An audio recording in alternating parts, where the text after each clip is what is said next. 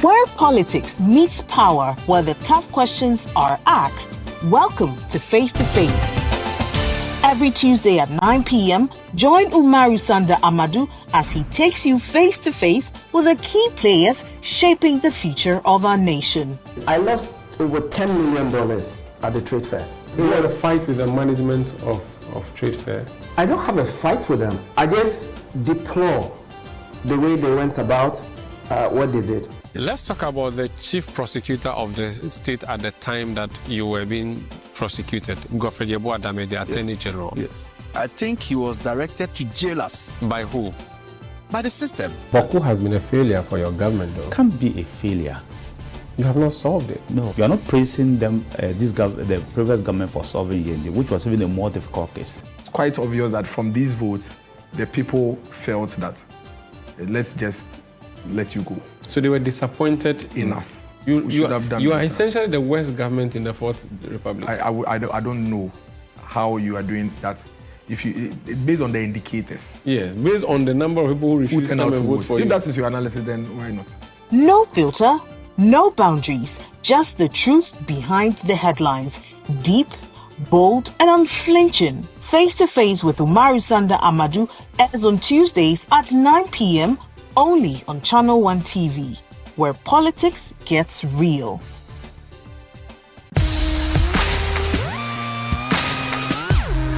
Looking for the latest buzz in Ghana's entertainment world? Welcome to Ghana Weekend, your ultimate destination for all things creativity and entertainment. Stay in the loop with breaking news, exclusive interviews, and then insider stories from your favorite creatives and stars. From music, movies, fashion and art, lifestyle and culture, Ghana Weekend brings it all together. Get a daily dose of entertainment, discover new talent, and never miss out on the creativity that defines our vibrant culture. Stay connected with us across all platforms. Follow us on Instagram with the handle Ghana Weekend, on X Ghana Weekend, on TikTok Ghana Weekend, at Ghana Weekend TV on YouTube for the latest in entertainment, travel, and everything Ghana. Don't miss out. Join the Ghana Weekend family today. Ghana Weekend, where entertainment meets creativity. Visit GhanaWeekend.com now.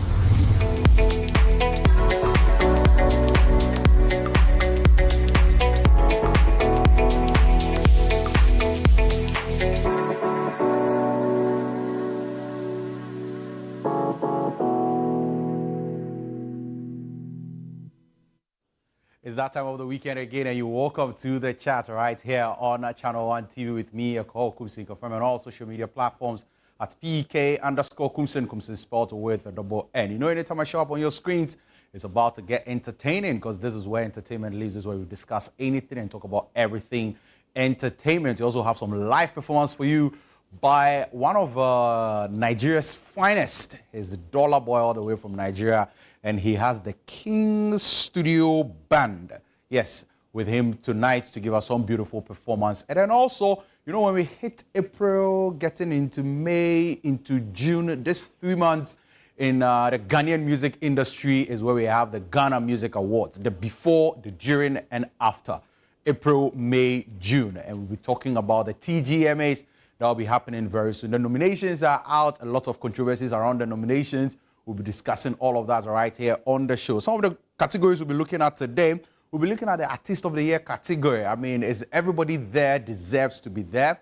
Or, I mean, some people ought to be taken out. And also be looking at the Popular Song of the Year, the most controversial amongst all the awards scheme for this year. We'll also be looking at the Best Rap Performance of the Year.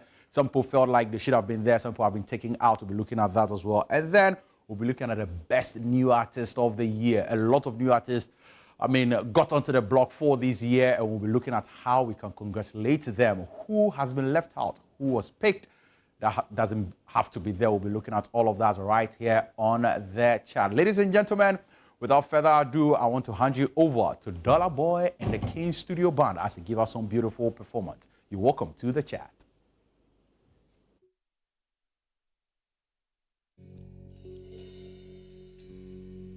Yeah.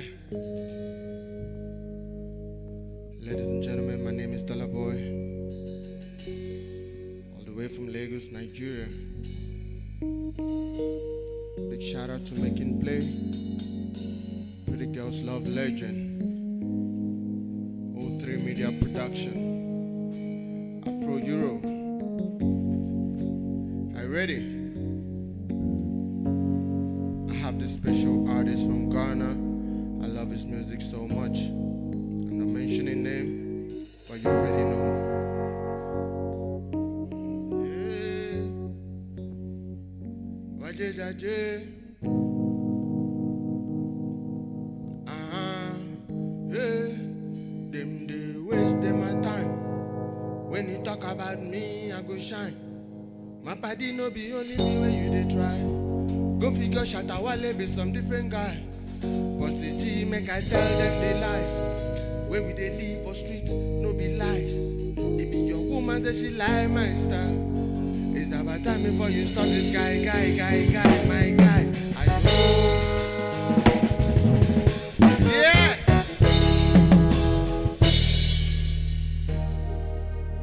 Alright, let's go.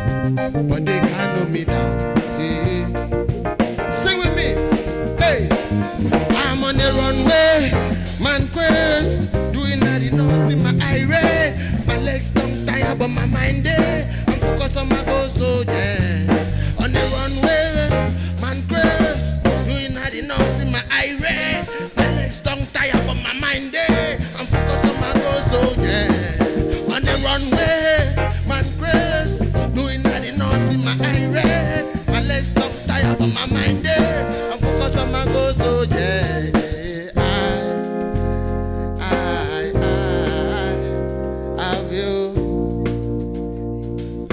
never fly, fly, fly. Yeah! Channel 1 TV. Thank you for having us tonight. One more track to go.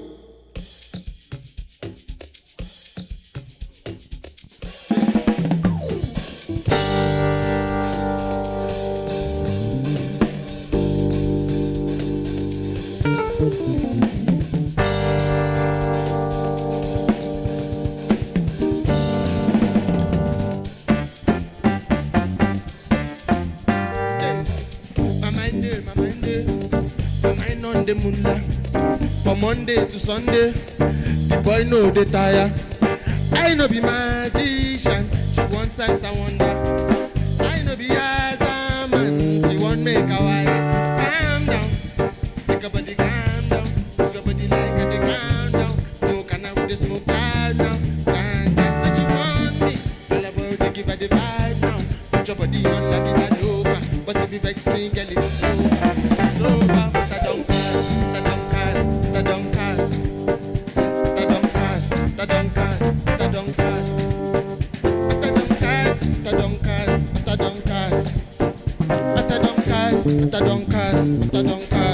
Listen up. In a beamer, she dey feel me, so I give her dollar flavor. She dey cure me, pass my dealer. She dey ask for more. La la la, I'm Mr. Mulala. I get deep for Mula. Pass me go all out. Fa la la la, I'm Mr. Mulala. I get deep for Mula. Pass me go all out. My mind on the moonlight. From Monday to Sunday, the boy know they tire. Calm down, make your body calm down. Move your body like a they calm down. No can I with the smoke cloud now. Calm down, say she want me. All about the give her the vibe now. Put your body on la vida loca. But if you vex me, girl, it is over. It's over. Mata don't cast, mata don't cast, mata don't cast. Mata don't cast, mata don't cast, mata don't cast.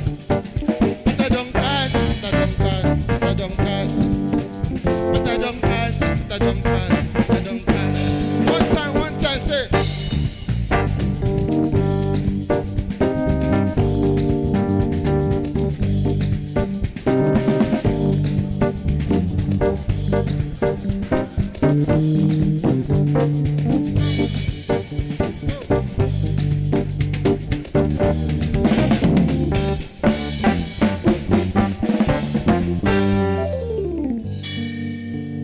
Thank you.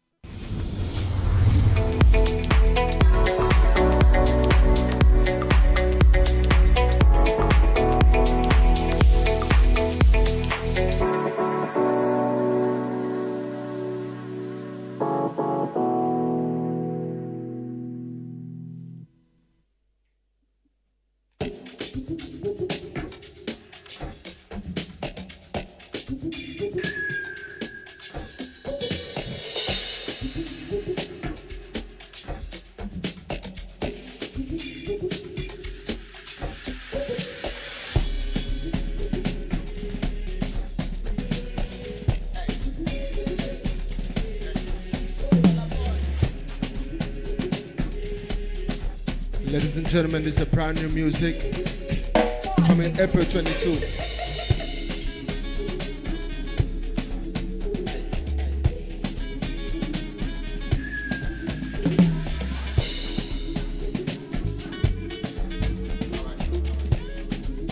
Are you there?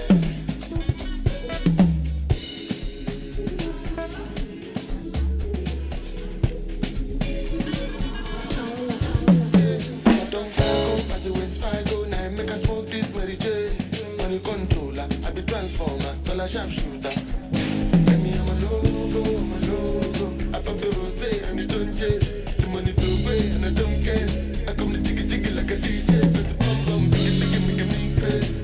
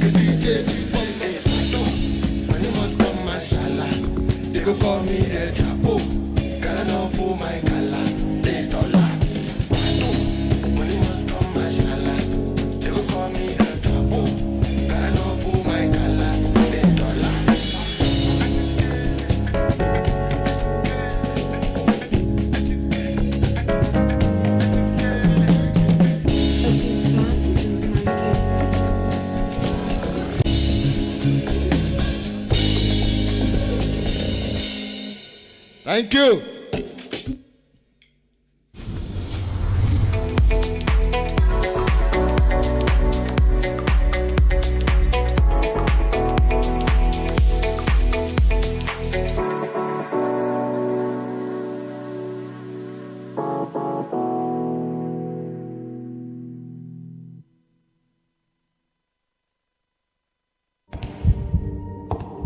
With only 24 hours to pay his huge debt, a public servant runs into hiding in an abandoned house. But the abandoned house is more than an abandoned house. Anyone here?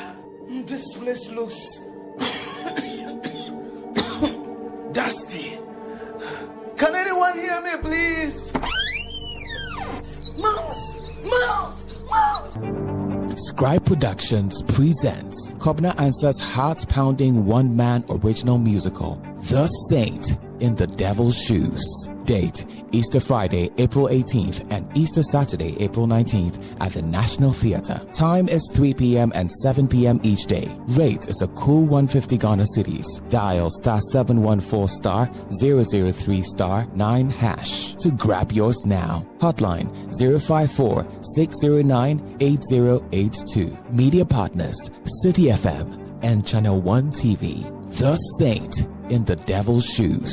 The devil you know is better than the devil you don't know.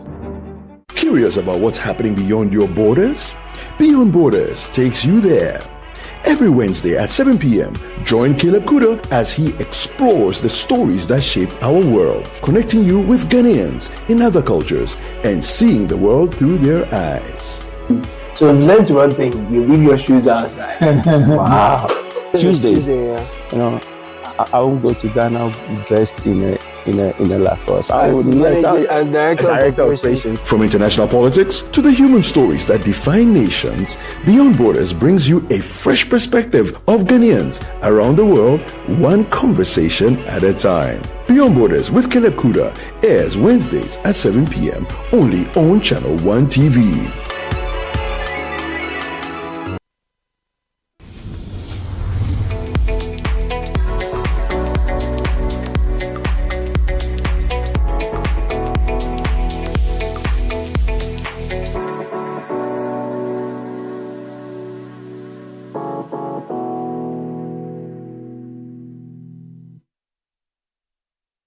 Welcome back to the chat right here on Channel 1 TV with me, Ekow Koomson. That was such an electrifying performance from Dollar Boy all the way from Lagos, Nigeria. I'll be having a conversation with him very, very soon, so make sure you stick and stay with just to know how this energetic vibe all came about and why is he even in Ghana in the first place. It looks like Nigerians love Ghana so much, just as Ghanaians also love Nigeria. So we'll be going deeper into that. But right here in studio, I have Ricky with me and also NYB. We are going to go deeper into the conversation of the upcoming TGMAs. The nominations, are out. The list is out. Everybody has now seen their smoothness level. But it looks like some people are unhappy. The organizers are also giving out some press statements, giving some clarifications and everything. We'll be going deeper into that. But let me welcome Ricky Tennyson, who is a music executive, and then also NYB, who is also, head of music at Amin. How are you guys doing? I'm doing good. Are you sure? Oh, man, I'm good. NYB, it's been a while. Yeah, so Why? I was selling coffee. Why? Why? No, they're available now. Yeah, People know already.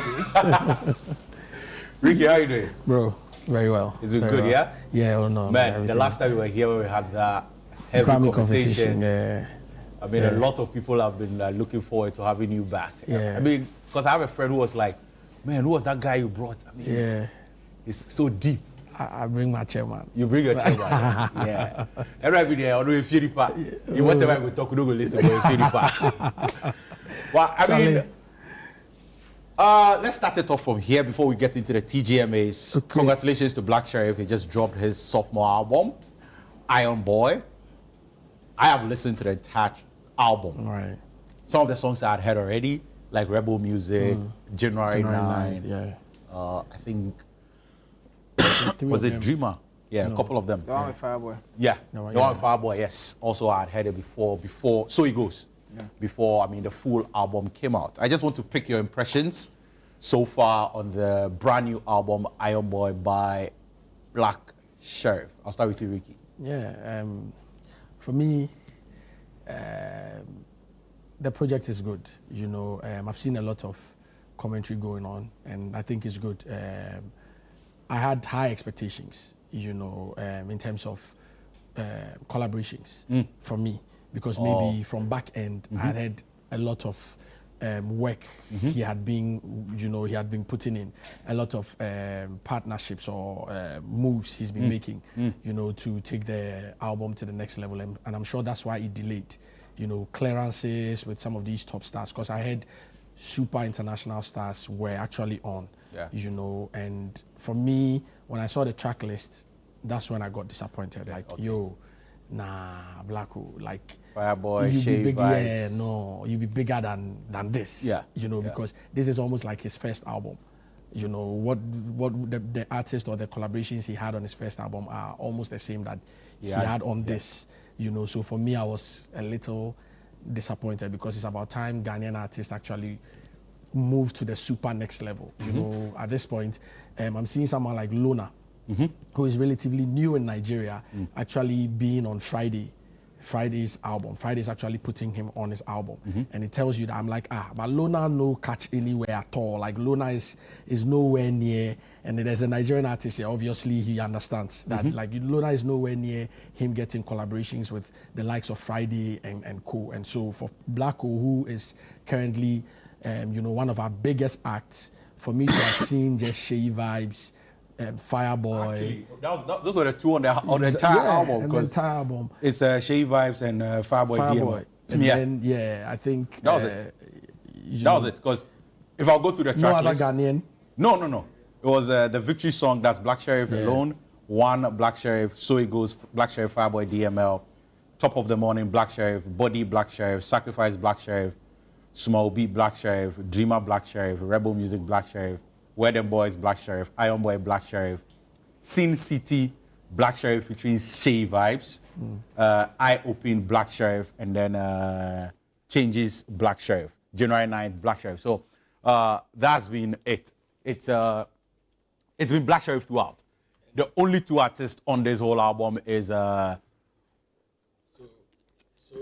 Shay Vibes and it was disappointing to me, because I was like, nah, bro, we're seeing you all around. We're seeing you in the US. We're seeing you in the UK. We're seeing you moving, and so I was expecting that, I'll see some names that will actually catapult one. So Can you tell us maybe a few names that you were expecting to see on the album?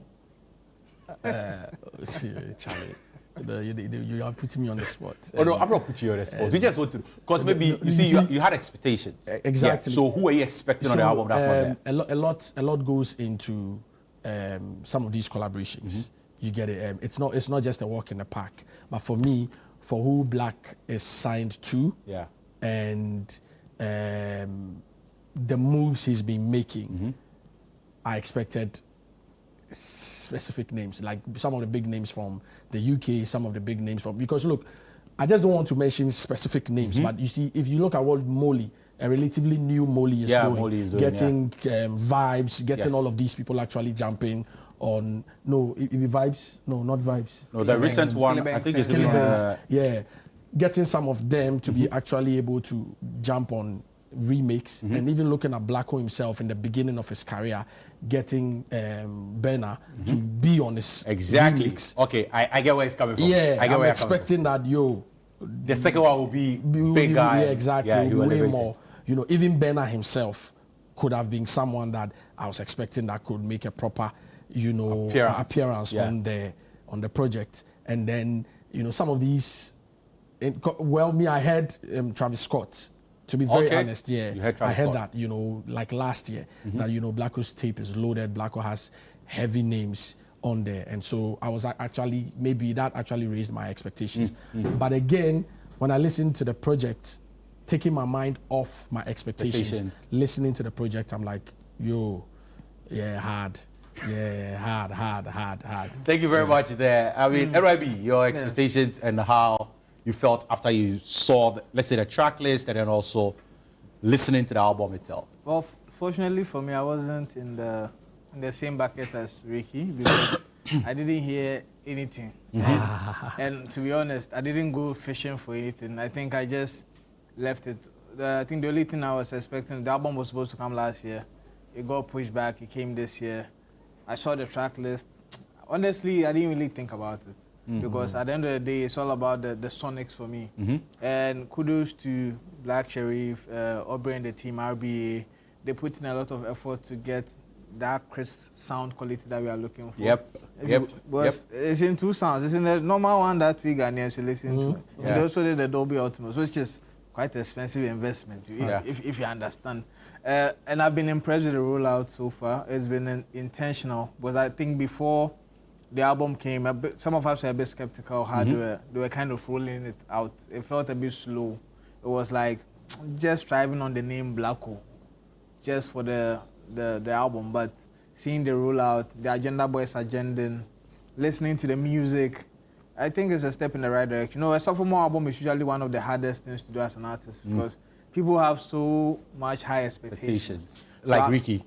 Yeah, and we all agree. The Villain I never was a masterpiece. Yeah. And to be able to top that, you need to dig deep into your creative brain. Juices and you get. And I believe from what I've heard so far, it's been a good one. And for him to break his own record of charting in 60 countries, it's an impressive feat. But like Ricky said, for the third album, we do not expect the first and second how it's gone. Yeah. At least for his third album, we expect to see a Blacko who is fully focused on broadening the scope and getting certain features that we believe he deserves to be on. But for this album, I think they've really done well, and I can't be more proud being a Ghanaian at this moment in time. That's good. Your favorite song on the album? Oh, Sumame. Small B. Yeah, Small B. You know me, dear me. I don't like me. I be a bank quite. Now they can't do. Yes, the lyrics was hard. Yes, I'm not gonna lie. I am the type who loves Blacko when he's local. You get it, and you usually get Blacko local when he's on guest verses. So to have a track like that on the album, definitely that's like my favorite, followed by Where Them Boys Say. Yeah, Where Them Boys. Yes. Your favorite song on the album? The Victory Song, and then the Top of the Morning, and then Dreamer. I know Where Them Boys. Well, for me, quick one. I don't know. I feel it's not the best. It's the agenda behind, because when I listen to the song, I'm like, It's just the agenda behind the song. It be something for movie. Yes. The agenda is nice. I love the album. No two ways about that. I love like the rollout, everything. Iron Boy, cause it's like the Pabako, we see a for Blacko, we see a for Kuku the Traveler, we see a for Iron Boy. So I love that. It's just beautiful, coming up with something beautiful and something new. And Iron Boy was attributed to, I think, Amachi Dede. Yes, Amachi Dede. Yes, to revive that and actually put that on him. It was beautiful with the album and everything. And the rollout, like you always say, was good. Like kept us in suspense, unlike some GOG way for Kawino. But kept us in suspense for a very long time. And then... but not to also catch you, that's one thing that, you see the Iron Boy connection you made. Another part that I got lost and felt very, I shouldn't say disappointed but I got lost. I was like, there was a whole conversation about Amachi Dede, Iron Boy. This is actually supposed to pay homage to Amachi Dede, but there was nothing like that. Yeah. Nothing. Absolutely no connection. He's not coming to do it. Probably. The tape doesn't have anything in connection in relation to that. Okay. And so I was like, what was the whole Iron Boy? Because even a day before, I think that on the day there was a conversation between him and Kojo Sheldon in the US, in the States, or I think in the UK somewhere, where he said that this project is actually to pay homage. And then they were like, what's the homage? He said homage, to actually pay homage to Iron Boy, his legacy and da-da-da. So I was expecting to see elements, even with the Iron Boy song, I was expecting to see that. That's true. But there was nothing. He has not connected to Amachi Dede in any way with his PR, nothing. Honestly, I think that was an afterthought. I think pretty much. They tried to play smart by pitching in the Amachi bit to kind of tap into it. But if you've seen the album and the direction, the Iron Boy has nothing to do with Amachi. Rather, it is Obrafo I heard. I'm surprised that nobody has actually noticed this. There was one of the songs, I'll try and find out and then maybe share with Kaf. At the last part, they play dun dun dun dun dun dun dun dun. That's Obrafo in Hammer in Beats on one of Obrafo's song. Yeah, and that's what actually featured there. So for me, that was why I was like, but why am I hearing an Obrafo sound when we are talking Iron Boy? Ideally, I was expecting to see or hear Amachi Dede or Sokone Mbappe, those kind of those drums elements in the songs rather. But I was like, nah. Anyway, I mean, congratulations to you, Black Sheriff. You've done very well for yourself. Your sophomore album is good. Everybody loves it. My favorite on the album is Sacrifice. I don't know, but I really love that song. I love that and too. It's just interesting how you also mentioned Small because they are next to each other. Yeah. So I love that album so much. And I don't know, for some funny reason or for some crazy reason, January 9th, anytime I hear it, it's just, I don't know. It's just fresh for you. Yeah, it's just fresh every time. So I was excited to actually see it on the album. But hey, continue the work, continue the hard work. And we are looking forward to seeing actually 15 music videos for every song on the album. I know it is money. Oh, but he has, I can say that the visualizers are kick. Like killer. Yeah, too much. And having worked with Nico, say he knows. Yeah, there's visualizers because what it takes to actually do those visualizers, wild. And Charlie, Dave, you continue to be the boss. David Nikose, crazy like me. For me, across the world, I have not even across the world. I haven't seen this. Davido and the likes have not even been able to think this deep about creating visualizers for all. And he's actually singing all the songs. Ideally, it's just supposed to be some image or we did, and the person just they speak. But this one, for all the songs, he's actually singing them, miming them, and it's wild. It's a lot of work. It's a money-making move, by yeah. Anyway, I mean, today we are not here to talk about Black Sheriff. We are here to talk about the TGMAs because, I mean, the nominations are out and everybody is super excited about it. Some people are pretty disappointed about it. But let's start it off with the new artist of the year. I think we should start with new artist of the year. Director, if you can give it a new artist of the year. Director has put up artist of the year. Yes, the best new artist of the year. We have Lali and Lola, we have Ara the J, we have Rap Father, we have Team Eternity, we have Bishop KOT, and we have Kwesi Amewuga. Your thoughts on this, NYB? Someone in there that you feel like shouldn't be, or someone that's not there that you feel like should have been there? No, to be honest, I think these are the people who deserve to be there. I'm not going to take anybody out. In terms of Christian Belga won the Unsung last year, yes. He definitely did not leverage it enough, but he still worked. But did he drop any records after winning that? No, that's what I'm saying. Oh, he dropped. Because I think he dropped Ye. He dropped records. And then after that, but did Ye really fly for him to have the nomination as New Artist of the Year? It's not just about the songs. That's what people need to understand. It's also about putting in work. He was one of the few people, especially without like a major hit song, who were constantly being flown to Dubai and stuff to play shows. So it's there. I see people complain about Lali X Lola, like, what's their song? And I always tell them, the superpower of Lali X Lola is not just the song. It's the fact that they were everywhere. And being everywhere makes sense because they are on every major platform, every major interview. In fact, they are like industry people. They are there. They show love. They show up. And I love one thing about these two girls, yeah. They will be at an event and they will stay there from start to finish. They will come early, they will sit at the right place, probably in front, and they'll stay with you. I think I went for one of the Ote artists. This girl, S the Legend. Yeah. She had a concert, and then I got in and I saw Lali and Lola with their red hair. Yes, and then they had Daddy. Famous. Yeah, the famous man himself. And the man was in the business throughout the event. He's the manager. Boys. No, hungry boys did the industry. Hungry. He's the boys manager. be hungry. Yes. So the man is there. Oh no, but Daddy for allowed it. Oh, hungry. No, but I come to think of it, I wish Kojo Black was there. No, that's what I'm saying. I wish. In fact, I had an agenda to push. Kojo Black would be there, but it didn't work out. But yeah, for Rafada is like a legend in the Kumasi music. Yeah, it's not. You see, he's not having his first breakthrough song like nationwide. But if you go, because I produce a radio show, the Motherland concert, he has songs that resonate with the Akan-speaking people in the Middle Belt. But does that make him a new artist? Well, using the Grammys as like an example, the benchmark, is when you become overly successful. It's not when you started. It is when you were recognized. And I think he's now being recognized. But then you see, I'm making a point that I find a bit interesting. Because then we are making it look like if you are not big in Accra, then your career has not taken off. That's how it's sounding.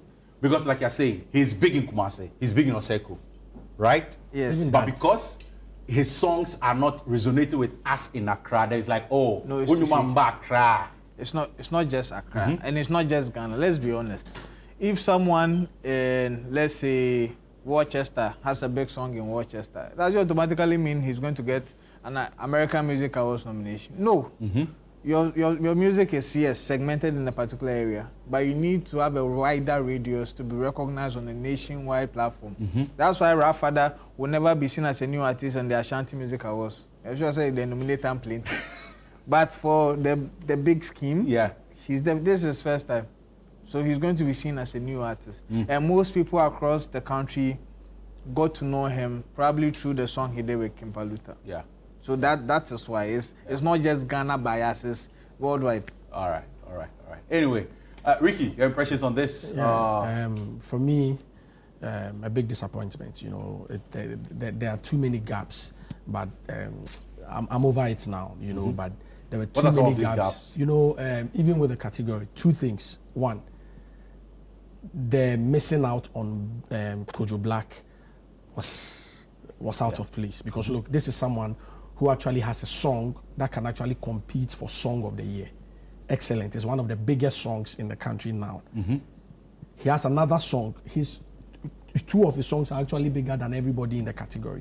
He has another song called Ragged. Ragged, yes. Ragged is also another big song. Big song, yeah. So I was surprised that even if he didn't file, it is the responsibility also of the scheme to sometimes reach out, because we've also managed awards before. And so it is also the responsibility, because for all you know, they may have been submitting or going through a process where they were finding challenges. It could be. And as a scheme, we are supposed to look out for all of these people, including new artists, because they may not know and they may not understand the process because they are new. And so I was expecting to see him there, like, to be very, very, very honest, but to not have seen him and not any conversations or any attempt to actually get him there, I was disappointed. However, I'm like, it happened to Sarkodie before. There was a year where Sarkodie had to be nominated for new artist. His team then said, no, you make we wait. This year, we see somebody waiting inside. I've forgotten the artist. He looked like the very likely candidate. So Sarkodie then decided to wait and come the following year. And that year, they want new artists and then they want artist of the year. So probably that's the plan. But if not, this list. Do you, for me, or do you guys agree? Do you guys think it's about time that, especially for some categories, you necessarily don't have to submit before they pick out the nominations? For me, that's just how it's supposed to be. Because I feel like new artists, the board should be able to say, hey, when we look at the country or when we look at the music industry, these are the people that are the deserving new artist of the year. Reason being that probably this is the first time they are even joining the scheme. Right. So they wouldn't even understand some of these things about the whole space and everything. Now, beyond new artists, if you are going to, for popular song, for this, for that, then you must file a nomination. I agree. But, I mean... And to be very honest, I can say, I'm not too sure, but I can actually argue it out. I bet you not everybody files. Bro, we've worked on some One or before, two so before. I know. Yeah. It is not every, I don't think that Charlie VGMA, they come, Sarkodie make wild, giddy, giddy, giddy. Stoneboy make wild, giddy, giddy, giddy. I don't think so. I really don't think so. And so sometimes some of these things, because it's a daunting task. They said there are a lot of categories in there. And so if you want them to file, meaning that you are going to take time to go through all the categories and look for all your songs within the, and I don't think when people get that time to do that, to be very honest, unless the new ones kind of, who may not even understand it. But to be very honest, I don't think Sarkodie they file for nomination. I don't think Stoneboy they file for nomination. I'm just saying, you know. So for me, I think the whole filing bit and we using that as a yardstick to actually not nominate somebody, we should take a second look at it. All right. Thank you very much. Now, let's move on to the next category that we want to look at for tonight as well. We are looking at the best rap performance of the year. And when we look at the best rap performance, we have Eno Baroni, we have Kweku Smoke, we have a Chame Kwame No competition, we have a Sarkodie Bragg, Lyrical Joe 5th August 8, and then Flo Stone King is back. Ricky, your impressions on this? Any song or any artist that's not there that you feel like? I think we missed out on Kojo Q. Yeah, Kojo Q missed out on this one, which is quite surprising. Yeah. However, this list for me, I think Kweku Smoke has done amazing. He has an amazing year, but it's still suck. That Bragg song, what it did and the barriers he broke and the conversations it actually sparked in Ghana, Nigeria, and across the world, you know, it's still suck for me. It is still suck. You know, Kweku Smoke actually deserves maybe the hip-hop, hip-life artist of the year, undoubtedly. Not even King Paluta. King Paluta, you know, we'll get there, but King Paluta's works as compared to Kweku Smoke, I hear a lot of talk. I hear Jermaine Portfolio and MC Portfolio making a lot of noise. No, Paluta, no, you know, reach. Even for us to be pitching him for artist of the, you know, catch. We'll get, you know, catch. I don't see where that agenda is, but you know, no. Kweku Smoke, if you go, you know, go fi beat him in terms of metrics. You know, when I sit down and I do a proper analysis or data insights, analysis of Kweku Smoke, his work, his achievements, you know, what he's put in, you know, the numbers, the statistics. No, Paluta is nowhere near him, but you know, maybe when we get to Artist of the Year, we'll have that conversation. We'll dig deeper into that. I mean, for you, I don't know how I feel about Lyrical Joe with the 5th August 8, because it looks like now the only thing is, okay, I'll draw 5th August and then do all my rap for the year there, and then it ends up in a nomination, because it's becoming more like a tradition now. I think 3 years in a row, it's been 5th August. Anyway. Yeah, he's flowing. It's not like he's lagged with any of the 6th August. And We know how he raps for a very long time, different styles and different flows. So it's understandable. But looking at the category definition, and you people should not be surprised if Ochame Kwame wins this. Yes, I know it's a surprise to a lot of people. But for someone to be rapping on a Adwa beat and giving, you see, it will flow. Yeah, you are no, but in terms of, like I agree with you, in terms of what Sarkodie was able to achieve with Bragg was above ball, you get it. But also looking at the category definition and it being flow. Sarkodie will never miss out on flow. Yes, but Ochame Kwame flowing on Adwa. Oh. Yeah, so for you, it's the fact that it's like... It's not about lyrics, it's about flow. No, but then Sarkodie is the best, you know... When it comes to flow. When it comes to flow, that's you. That's you. Okay. But I mean, category definition. In terms of this, that's what I'm saying, don't be surprised. Yeah. If Ochame Kwame wins. If they mention the winner is Ochame Kwame, don't say... Oh, that one there. Yeah. Yes. But Eno Barrow can pick Nobody they mention Eno Barrow. I don't know why I mention Eno Barrow. No, it's Sack Ekow Smoke. No, but Eno too can pick it. Once she has been nominated. Or do you think there's anybody here who has been nominated who is not likely to win it? Flo Kingston, not likely. Yeah. Flo Kingston will not win. No likely. Yeah, exactly. Flo Kingston will not win. Eno They will not don't win. look likely. They don't look likely. Yeah, that's not likely. Not likely. So the competition is between Ekow Smoke, Ochame Kwame, Sarkodie. I don't know how Ochame came in, but obviously he's had something I haven't, so I need to respect because he has no competition. That was a good one there. I feel that. So for you, it is these two. Yeah. So for you, Ricky, it's between Ekow Smoke and Sarkodie. Yes. But Sarkodie is like your... Yes, Ekow Smoke's Holy Ghost was hard. You know, the storytelling in there was hard. But, you know, for me, when I'm actually valuing how people deserve to be awarded, it goes beyond just that. Sarkodie's Bragg was also hard, but impact. You know what it did and where it went, how Nigerians started to. Of course, he mentions Davido, he mentioned Odogu, he mentioned Wizkid. He brought them all. And then there was this Nigerian, is it Davido's boy? Yeah. Who also jumped on and then is it Dremel? Yes. Just jumped on and then I became a host and then Lyrical Joe Demso got in inside. And, you know. Okay, so for you, even just one song from Sarkodie got all these rappers elevated and then they became alive. For you to be able to use hip hop to start Ekow, because mostly it be go on Facebook Live, go on TikTok Live, insult somebody or tweet something, or hip hop is not actually dominating now. It's mostly Afrobeats, the Amapianos, but for somebody to be able to use rap, and it wasn't like hip hop with the chorus, it's pure rap, like throughout. And to generate or to cause Africa to shake, we need to give him some respect. Salute to you. Now let's move on to, we are getting close to the controversial part. And we are now at the popular song of the year, where it created all the commotion it can create in the country. So, popular song of the year, that's the Telesale popular song of the year. And I think this is a category that's 100% public vote, right?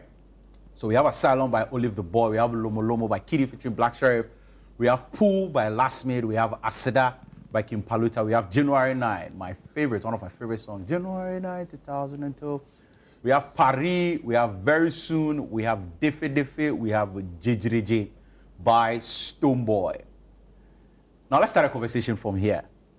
Most people are sad that Makuma didn't make this category because they felt like it deserves to be here.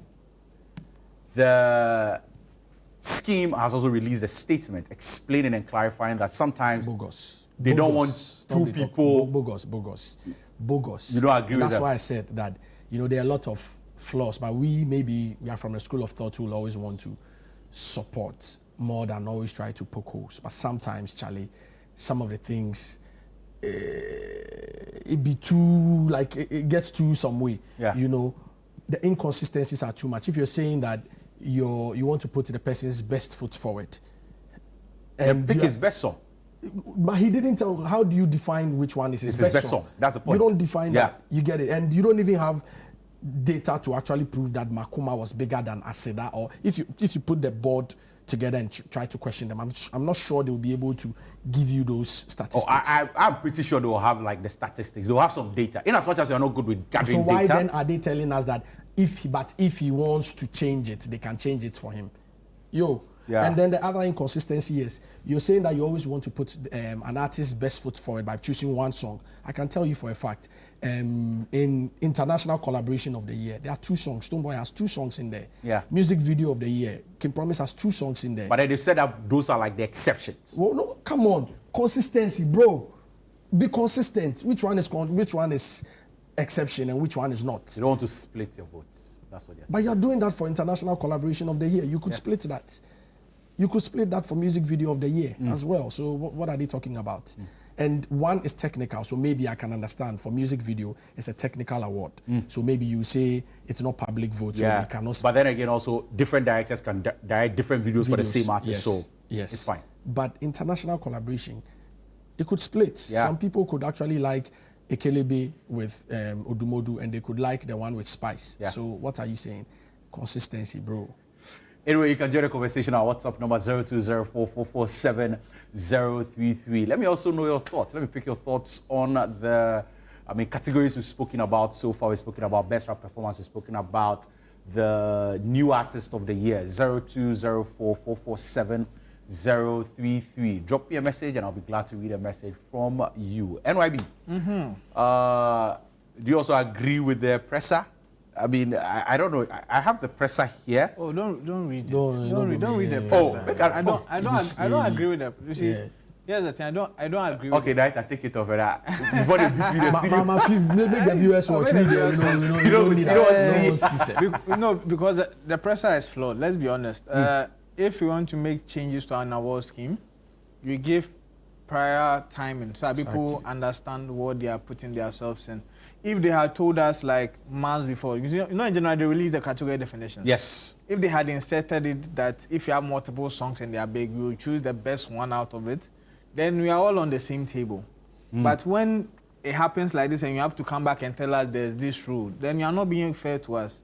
Because we do not understand your awards and you've not taught us your awards. Because as an industry, we need to understand that, okay, if I have multiple hit songs, which Paluta had like 3 hit songs, and I file for it, it means you guys will pick one. And maybe I'll have the chance to decide which one might go. Yeah. But here's the case, we don't have that information. It is not written everywhere. So do you feel like this whole presser was like an afterthought when they look at all the bashment that's coming, here's the thing, heat that's coming? So if it is not an afterthought and they had the idea prior, it was an afterthought to all of us. Apart from the Chadas people, it was an afterthought for all of us because we did not know. In, I think, 2020 or 2021, Kiddy had 2 songs in the most popular song category.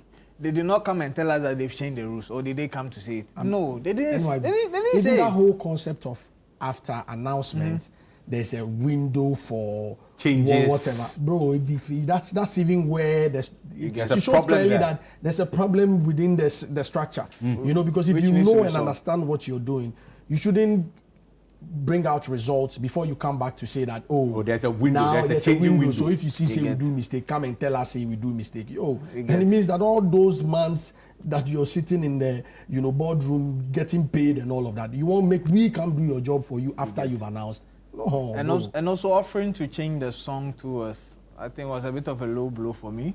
Was if you believe in your source, you won't say, if you think I'm wrong, bring another one and change it. I think the board needs to take a hard stance. Once it's done, it's done. Whether mistake or it's no mistake, it's done. This is why it's no football where we have VAR. If I say play is foul, it's foul. We don't need to go back because we put the board on a pedestal that they are leaders in the industry. That's why we are called them that respect. But if they have our full respect, people don't like it, and you want us to come and take it back, we will come and take it. Then we know that people are having difficulties aligning. Take control. If you say it is A, it is A. Do not change it. And I'm also aligned with the fact that if someone has multiple hit songs, whether it will break votes, cut votes, you are not Father Christmas. You don't love the person better than we. Yeah. Put the song there. Because if one thing, this whole, for me, also I agree with the whole, it will split votes and everything. If I am going to vote for somebody and I have the opportunity to vote multiple times, and I say, okay, I have 200 CDs. I'll give 100 CDs to Aseda. I'll give 100 CDs to Makuma. Beyond matter.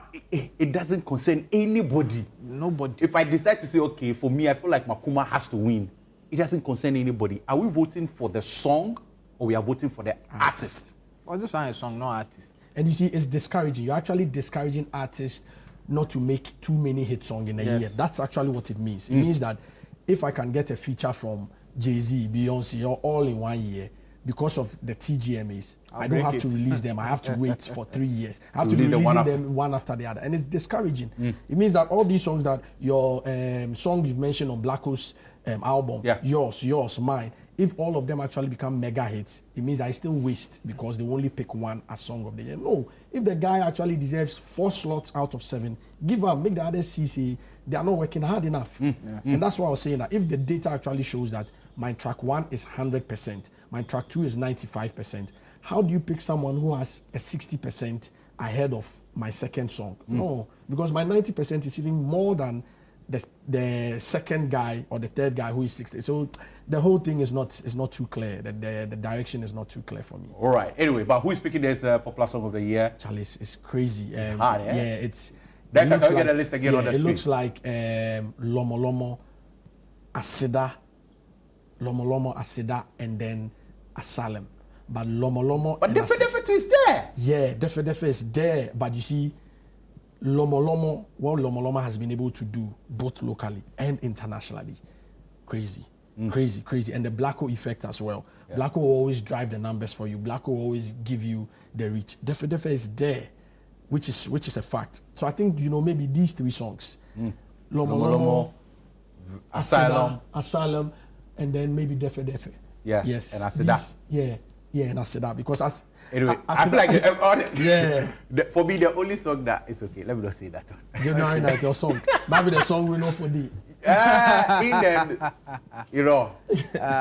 So me have 2 picks. Okay. If it's feeling, then it's Lomo. Okay. If it is based on impact reach data, then it's Asylum. Yeah. Okay. Yes. All right. Yeah. If you are looking at data reach, it's Asylum, hands down. The young man got all of us doing but that's what we say. For me, I always say the music actually ratings is science and data. The data is the numbers which you are talking about, and then the science is actually the on grounds. What is actually going on grounds? Look, Lomo Lomo is what we call a national hit. Your mommy, your puppy, everywhere. Asylum also is there. That is true. Lomo Lomo be what with Asida too is a national hit. Yeah. Asylum also has that. I feel like if you are talking about all these songs, every song in there is because one of the songs that for me I was a bit shocked to see in there was Pool. My last Panty. I was just like, January 9th, I was also a bit surprised to see it in there because I feel like it was a hit around his birthday, and then after that it just dipped. Right. But JJJ, Defe, very soon, Paris, Asida, Lomo, Asylum, all of them are deservable winners. So that's good. But let's talk about the final one quickly before we go for a break. Right. That's Artist of the Year. If you can put it up for me, Ekow Koomson, Team Eternity, Joe Metal, Kim Paluta, Kim Promise, Stonebwoy, Black Sheriff. Does it mean the women didn't work hard enough this year? No, that's that. For me, that's how I like the scheme to operate. Who actually worked this, who deserves to, that'd be all. Right. And I think it's something that we've been suffering for long. But to the real issue, and producer, I beg you, my Nigerian artist, I know you have to come on. I beg you, try and give us some 3 minutes. Okay. Yeah. Cool. Let me speak on artist. 3 minutes, no problem. Yeah. Go. It's 2 people. Don't listen to anybody, bro. It's 2 people. Kim Promise, Stonebwoy. Even the third is actually Kweku Smoke, not Kim Paluta. Even the 4th is actually Team Eternity, not Kim Paluta. Let me. Do you have anything against Kim Paluta? No, okay. No, not at all. Not at all. He's done amazing. Like he's actually worked, But I, as I said, I like to work with science data a lot. Number 1, Kim Promise, Stonebwoy. It's even Kim Promise ahead of anybody. It's nothing else. Happy. Everybody's so happy that you're saying this. Everybody's happy. Look, Kim Promise actually had 10 nominations. He's the most awarded artist in the most nominated. The most nominated. Sorry. I like the fact that after last year's, snub, he went further. Look, it'd be very difficult to actually stay consistent for 2 years. Yes, get big songs consistently for 2 years because we know Charlie, you go blow today, tomorrow, Blacko. When Blacko won Artist of the Year, the next day he was missing. When Kiddy won Artist of the Year, the next day he was missing. Kim Promise, on the other hand, fought hard last year, had a big song in Terminator. Now he has 10 nominations the following year. Out of those 10 nominations, Stonebwoy, on the other hand, has 8. Kim Promise has 4 songs that have been nominated in their scheme. Stonebwoy has 3. All of these things, my brother no day inside, Kim Paluta no day inside at all. On his nominations are somewhere around 5 or 6. Again, you move from the nominations, which are very, very key and very, very important. You move to impact. You know, you cannot talk of headline acts and mention Kim Paluta. No, you never have a concert and say, oh, we do concert for stadium, or we do concert for campus, KNUST, or Tech, or headline. Anywhere. Oh, Tech, Tech, Kweku Smoke nebefa. I'm telling you this for a fact. On campus, if you want to see the biggest artist for the young students, he's here. He'll tell you for a fact. It is Kweku Smoke they will actually pick. And you can actually run a survey. No, I'm just looking at Kumasi. Yes. Because that's his home. In Kumasi, in Tech, if you do a concert, Kim Paluta, Kweku Smoke, the SRC, they will tell you, say, it be Kweku Smoke. Because we've done that. We've actually done that survey. There was no event that he headlined. Yes, let me even use Stonebwoy and Kim Promise, because both of them have actually headlined major shows. Yeah. And so it tells you how impactful these two are. You know, in terms of music videos, both of them have actually featured. So it is not just about just doing the music, but actually putting visuals actual to it. And then again, the touring. These are the 2 artists that have actually shown and proven, toured across the world, moved and done things. I feel like Kim Promise has even gone deeper when it comes to touring. One do 5 continents. Yeah. He enter Asia with the songs. If you look at the songs there, for Song of the Year, I mean for Artist of the Year, 2 of them are in there, and 2 of them also have their songs. Paris and JJ. Between you and I, in terms of on grounds, people know but it's way bigger. JJ also is good, but one, in terms of on grounds, Kim Promise's Paris is way bigger than JJ, which is a matter of fact. That's in terms of data on the songs.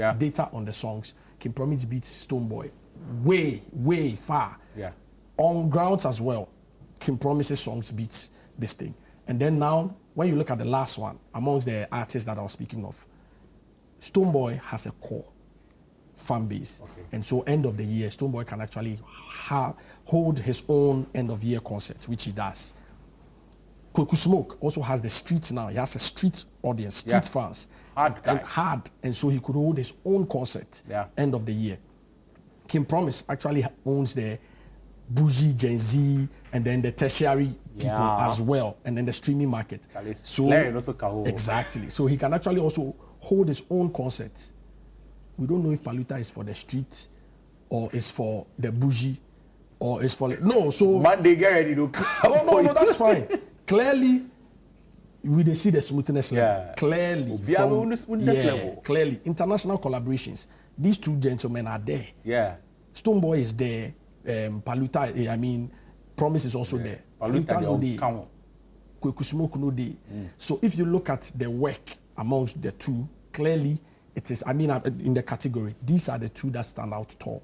But it is obvious that, Promise, his work, because he has 4 songs, as I mentioned. Promise has 4 songs. He has Paris.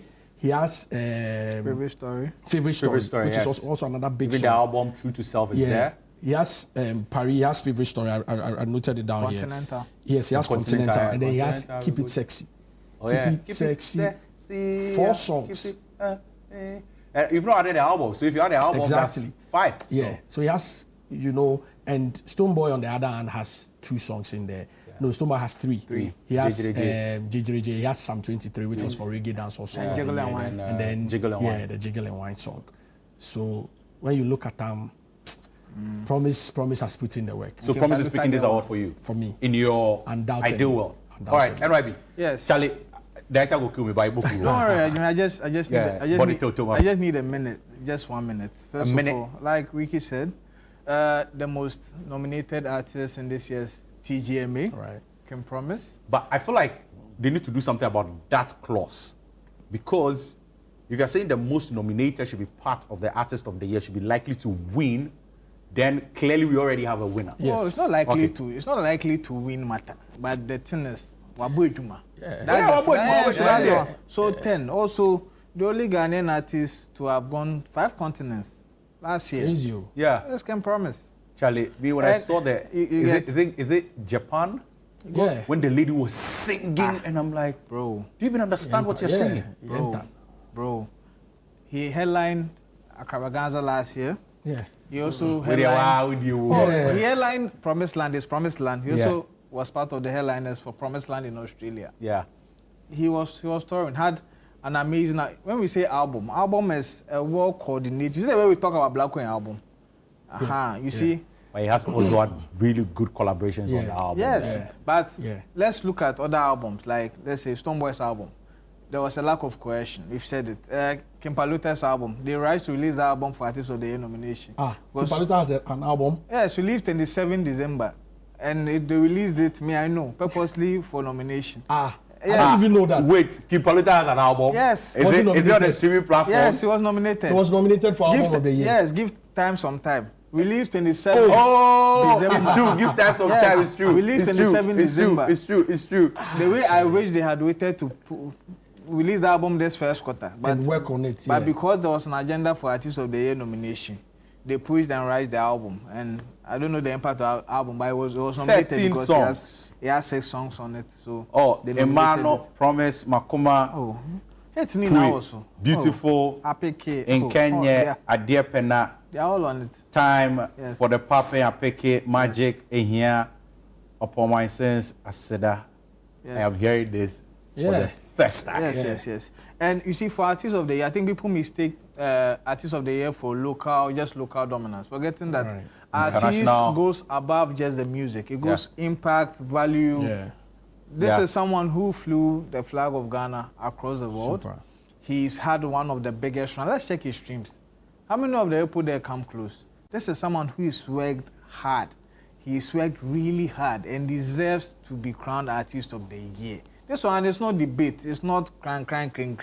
This is an obvious thing and it's facts. Let's just give it to him and let's be happy. It's that simple.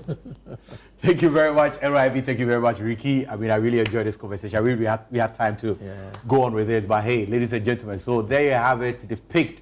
I mean, we've discussed some of the nominations. They've expressed their, thoughts on some of the nominations and also given some insights into something that can help the awards or the scheme going forward. So these are things that we need to take into consideration. Nobody has any personal issues with any artist at all. So if you're watching, it's not because they have a problem with your favorite artist, but they are just also expressing how they feel about some of our nominations. But this one is coming through. It says, "Hi man, doing the watching live from Kumasi. Love you all. Keep up the good work." Thank you very much, but you didn't add your name, so we'll not be able to go deeper into that. Ladies and gentlemen, okay, there's no for us, but yeah, we'll go for a quick break. But before that, I have a music video for you from Blacko. I mean, he just released his brand new album, Iron Boy. Let's enjoy a music video from one of the songs on the album. We'll be right back.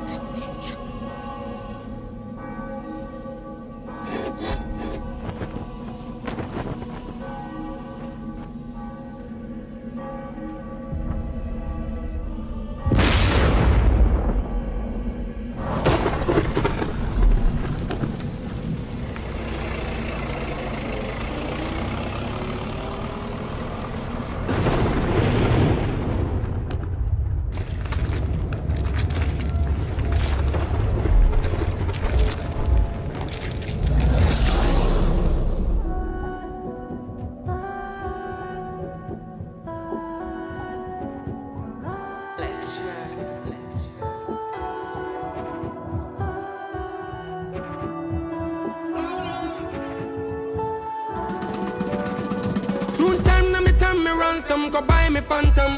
When we say peace and comfort, you free na your tongue. Maybe you go find them. When the time comes and we drop the anthem, we'll be a better anthem. Go and seek protection for speedy anthem. And more been to us. A lot of ways them try, but time is a rebel. You carry my matter, go where you. Number one thing I for the tell you. A lot of ways them try, but time is a rebel. You carry my matter, go where you. Number one thing I for the tell you.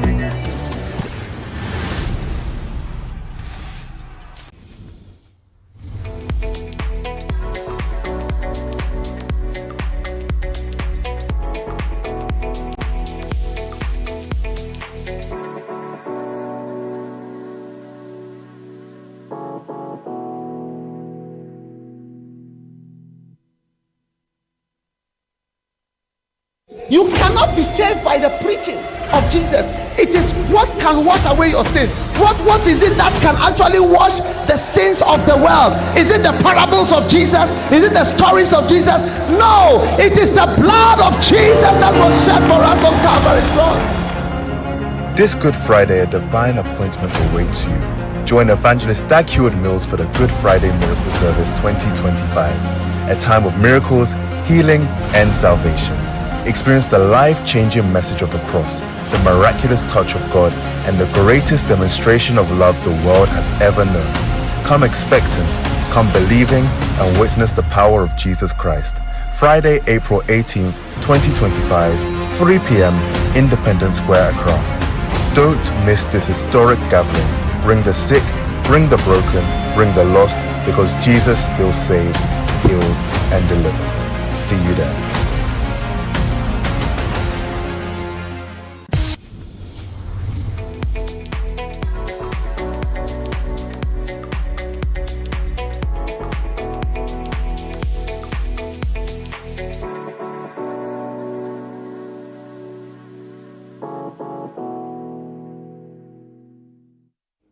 You're welcome back to the chat right here on Channel 1 TV with me, Ekow Koomson, confirmed on all social media platforms at PK_Koomson, Koomson spelled with a double N. Ladies and gentlemen, at the opening of the show, he gave us such an electrifying, powerful performance, and I have the opportunity to have a conversation or a chat with Dollar Boy. How are you doing, Dollar Boy? Nice to meet you. I'm fine, man. Are you sure? I mean, you're Dollar Boy, but you've not made any dollar rain. Yeah? It's coming. It's on the way. It's on the way. Yes. Where has it gotten to? I can't say for now, but I'll check. You check? Yes. Okay. You need to check the flight itinerary nowhere. Mm-hmm. Anyway, but how does it feel being in Accra? Accra is a cool place. Nice, you know. I actually came to Ghana to just spend a day or two, and then immediately I ate banku and Ghana jollof, and I fell in love with the country. You know, Nigerians are going to be angry with you, especially when you talk about Ghana jollof. So which one do you think is better? Be honest. Not because you are sitting here. Ghana jollof, Nigeria jollof.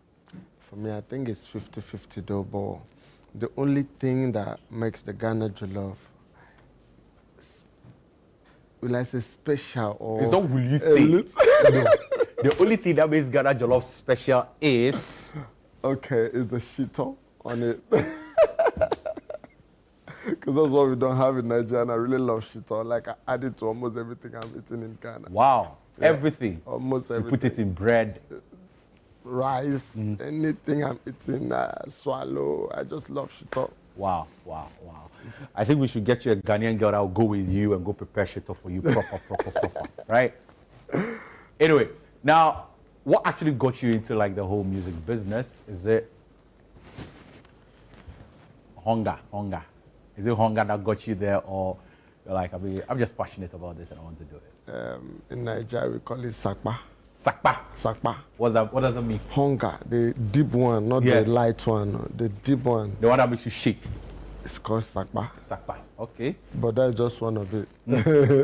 But the other part is that I really love music. Yeah, I started out as a dancer, and then I became a hype man in clubs and stuff. I've been hyping in some of the biggest clubs in Lagos, and I decided to just focus on music and leave the hyping thing one side, because I think music is a full-time job. Yeah, you can have distraction, because when you have distraction, you'll not be able to focus or make use of your talent 100%. Nice. Now, you're one of the acts that I've seen that has their hair but still in some nice suit with a bow tie and everything. How do you blend your looks to actually tell the artist you are? Because you know sometimes people feel like your looks also gives a certain image about you. So how do you blend it? Why do you want to go with the tie and a shirt as opposed to wearing some ripped? Yeah. First of all, I'm a designer myself. Okay. Yeah, I have my personal cloth line, FF Plus luxury clothing. And two, I think I'm a bit of old school and new school. So sometimes I can be like this, and sometimes I can go with the rip too. But whatever it is, I try to blend it so it matches with my kind of music. Because my style of music, I'm actually the originator of it. It's called Afro Hype. Afro Hype? Yes. Okay. So it's a little bit mix of Afro beats and my piano together. So it makes the Afro Hype. Wow. Yeah. Afro Hype. I've learned something new today. I mean, you have a tour coming up. Yeah. We'll be talking about that very soon. Can you give us the dates, when it's happening, where is it happening, and how can people get in touch with you, actually? Okay, it's coming up from 18th April to 18th March. 18th April to 18th March. 18th May. 18th May. Yeah, sorry. Oh, 18th April to 18th May. Yes, okay, yes. Yeah. So we're going to about, I think, more than 5 cities. We're going to Napoli, Italy, Paris, Venice, and a lot more. So people can follow the tour if they follow my Instagram page, Dollar Machine. So they get Dollar Machine? Yes. Wow. How many days have you been doing this? Music? Yeah. 10 years. 10 years? Yes, professionally. Yeah. Yes, 10 years. Anyway, before we go, can you tell us who is your favorite artist in Ghana? They are looking forward to actually meeting. I love Shatta Wale. You love Shatta Wale? I think that guy there's this deep signature in his vocals. You know, that wherever you hear Shatta Wale, you just know that this is Shatta Wale. Yeah. Like, he doesn't need to introduce himself. I think, for me, he still has more than what people see him to be. For me, he's a legend, He's a very creative artist, and I really love his artistry. All right. Are you looking forward to meet him? Definitely. I could just collapse first, but then I stand up. So if you are in Shatta Wale's company, you're watching us right now, Dollar Boy or Dollar Machine would love to meet Shatta Wale. Actually, during the performance, I actually did a song from him, Ayo. Ayo. I waste my time. When you talk about me, I go shine. I play that song like 1 million times every morning. That's my morning song. Oh. Yeah, because it's actually inspirational, The more people talk about you, the more you make progress. Yeah, so I love that particular track. That's my favorite. That's nice. Yeah. Where can people find you? I mean, where can people get in touch with you and actually follow you? Yeah. And also interact with you? Instagram, Dollar Machine, DOLLAMACHINE. And then my Facebook page is Dollar Boy Music. Same with my TikTok. And my Twitter is the same, Dollar Machine. Dollar Machine. Yeah, and then you can follow me, so you can keep up with the tour.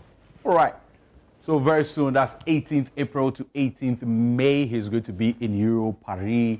I mean, a city close to you. So if you're in Europe and you're watching this right now, make a date with Dollar Machine. He will be there blowing some dollars. Will you be blowing some dollars? Yes, definitely. Some euro.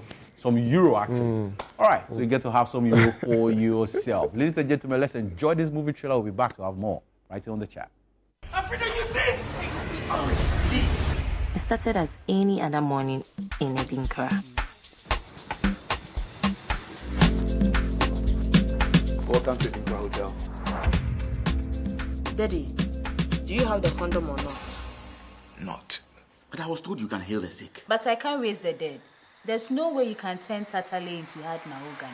Be careful what you wish for. Bring it on. No, wrong hole. It's too late. Look at my face. We listen. We don't judge. You are a girl. I'm a guy. We're in a hotel room. Find X. X is equal to 0. The Bible said that. Jesus Christ. Let's get it done.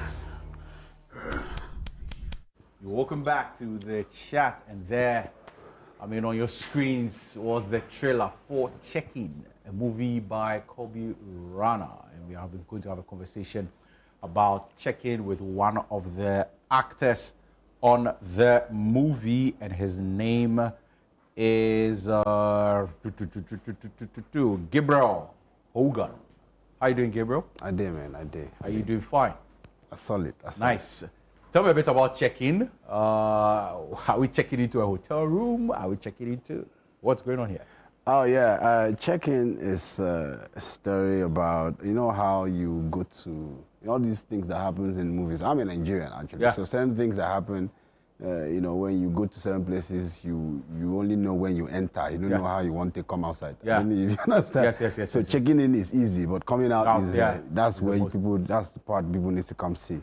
There's a lot of drama. It's comedy. It's a comedy movie actually. So it's something people really love to see. It's a beautiful piece. Nice. Now, how is it working with all these Ghanaian comedians on there? Because I see General Intetia in there, I see Clemento Suarez in there, I see my own favorite boss, KOD, in there as well. Yeah. How's it feeling like working with all these people? Oh, I've been with them for a long. I'm a stand-up comedian myself, so I've been working with a lot of them for a very long time. So it was very easy blend, that kind of thing. Clemento Suarez, great guy. Great guy. I love that guy to bits. He's great. He's very talented. Now, where is this movie happening?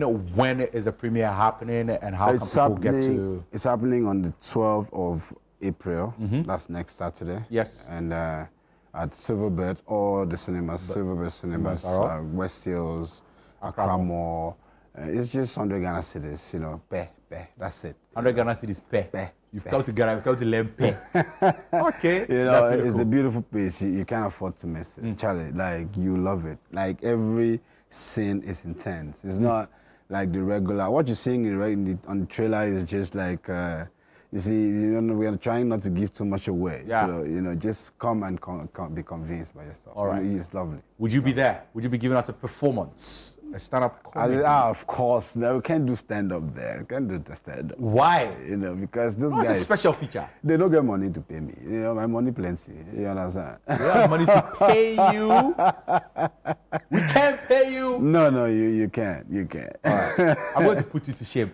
Ladies and gentlemen, we need to raise funds so we can pay Hogan so he give us a performance. No shaking. How much do you charge if you have to give us a performance? It depends on the audience.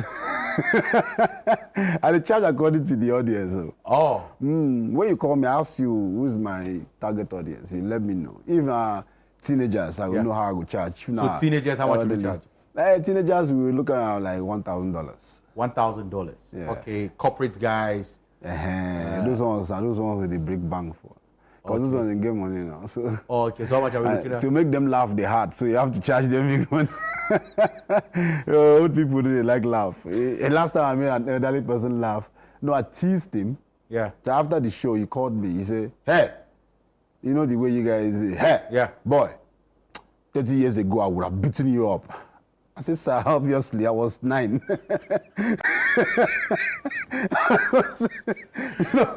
That would have been a police case. I was 9, so you have beaten me. It's obvious. Yeah. But yeah, so I love Ghana. It's beautiful here. So Nice one. Money. Now to all the people watching right now, director will be screaming into my ears very soon that we need to go. But invite everybody that's watching right now to be there. Why do they have to be there to watch Checkin on April 12th? All right, my people, on the 12th of April, next Saturday, I know you guys like last minute, yes, and I believe you. Come, 7 p.m. and 9 p.m. Silverbird Cinemas, both cinemas. Just come and have a good time. I'm telling you to just come. When you come, Even if you don't get popcorn, share with somebody. Just come. You don't get girlfriend, snatch somebody on. Come, let's have a good time on the 12th of April. Let's have a good time. Charlie, you guys barely see me in movies. Man, it's about time. Come, let's laugh. All right. Thank you very much, Hogan, for being here with us. Check-in and next week, Saturday, 7 p.m. and 9 p.m. with Silverbird Cinemas across borders, Accra Mall and West Coast Mall. Make it a point to be there and go have a good laugh. It's a movie by Kobe Rana. So, when Kobe Rana is involved, it's going to be a banger. So, yeah, I'm looking forward to that. And thank you very much for sticking and staying with me right here on their chat. Sometimes time runs out really quickly when you're having all the fun right here on the set. Thank you very much to NYB. Thank you very much to Ricky. And also thank you to Dollar Machine and also to Hogan for being and making this show happen. And also thank you to you for sticking and staying and watching and making sure we had a good time. And also to all the producers, the directors, everybody, thank you. Have a great weekend. Enjoy yourself, but still, take care of yourself. We'll see you next week.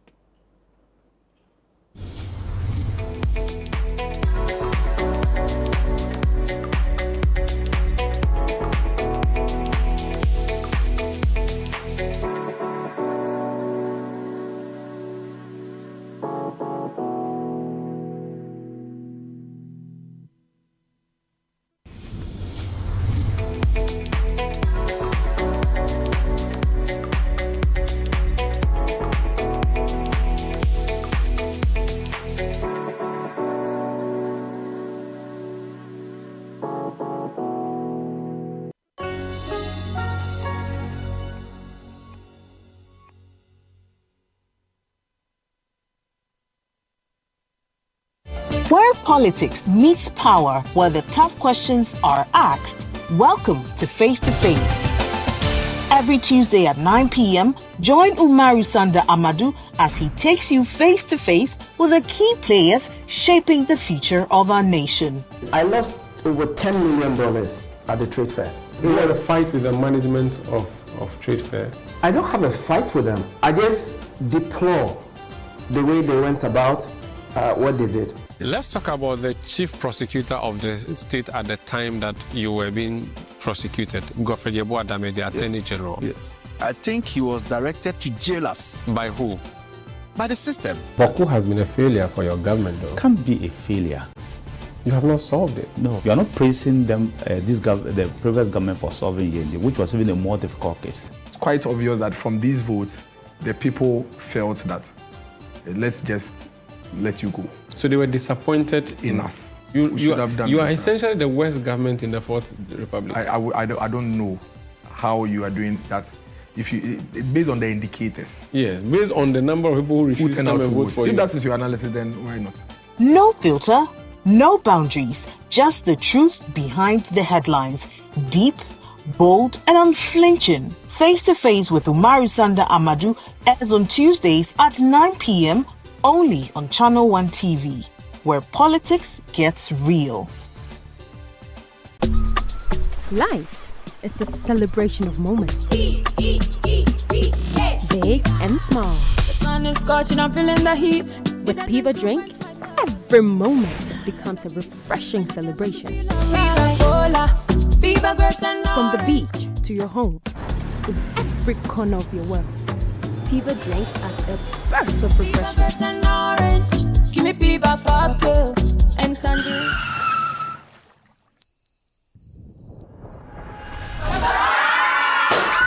Celebrate every moment with Piva Drink. Refreshment for every occasion.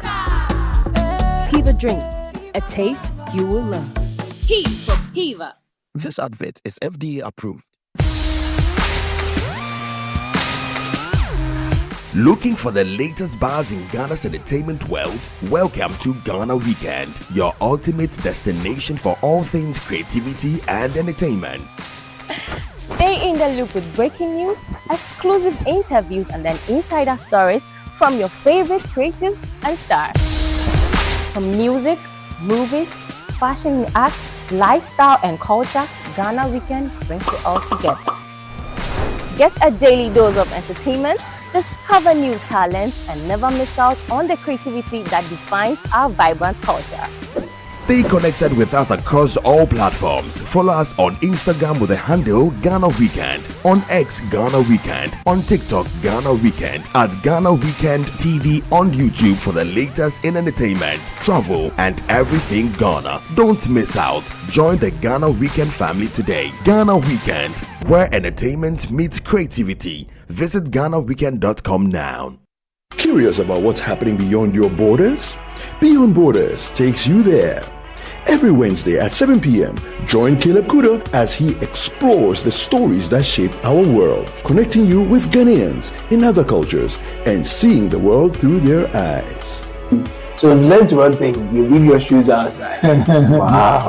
Tuesday, you know, I won't go to Ghana dressed in a Lacoste. I would as director of operations. From international politics to the human stories that define nations, Beyond Borders brings you a fresh perspective of Ghanaians around the world, one conversation at a time. Beyond Borders with Caleb Kuda airs Wednesdays at 7 p.m. only on Channel 1 TV.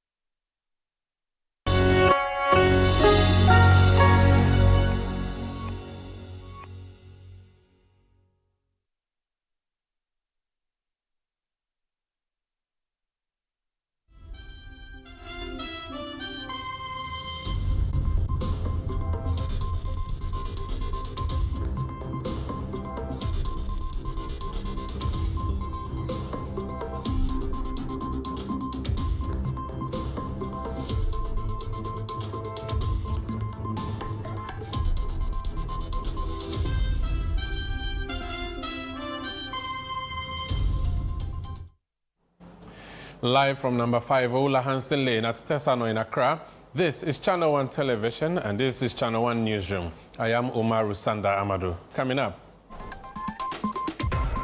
police investigate Kumasi's school shooting after teen brings father's gun to class, seriously injuring classmates.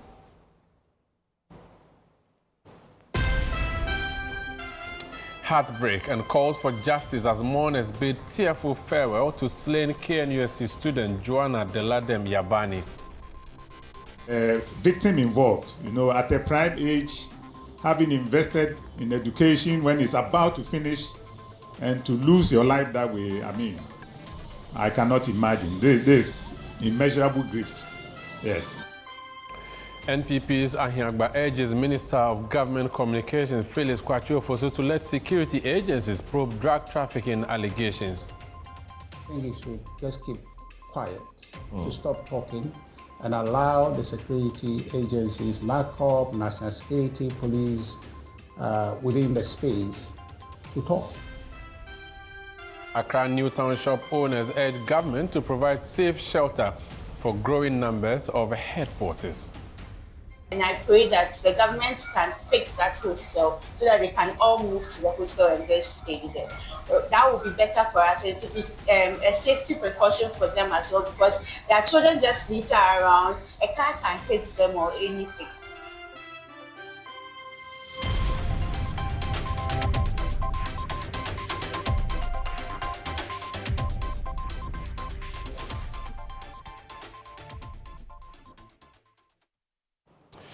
We are grateful that you joined us for the Channel 1 Newsroom on Channel 1 Television. We settle for details of our stories now.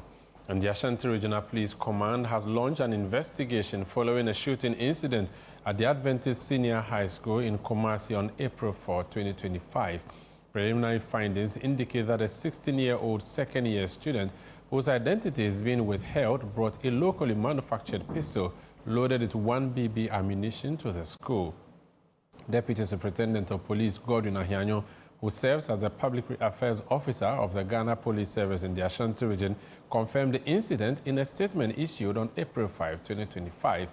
Portions of the statement reads, the student reportedly attempted to display the firearm to a classmate when it accidentally discharged, injuring another student. The names of those involved remains confidential. The injured student received treatment at the Komfanochi Teaching Hospital and is currently in stable condition. Meanwhile, the juvenile suspect has been taken into police custody, and the empty cartridge has been recovered as evidence. During questioning, the suspect revealed that the firearm was taken from his father's bedroom without his father's consent. Authorities are now working to locate and arrest the father to assist in the ongoing investigations.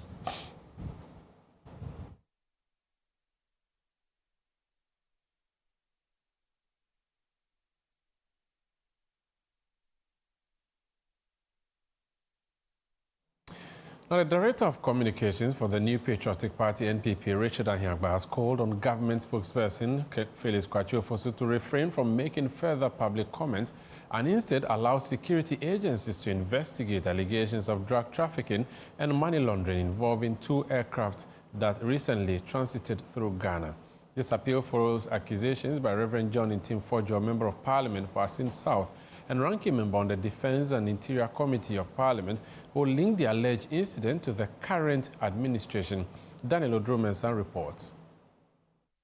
Reverend Fojo raised alarm over what he described as a growing trend in drug trafficking and money laundering, surfacing less than 3 months after the New Patriotic Party handed over power to the National Democratic Congress. He is demanding answers regarding cargo believed to include cocaine and large amounts of cash allegedly transported into the country via 2 suspicious flights that landed at Kotoka International Airport in March 2025.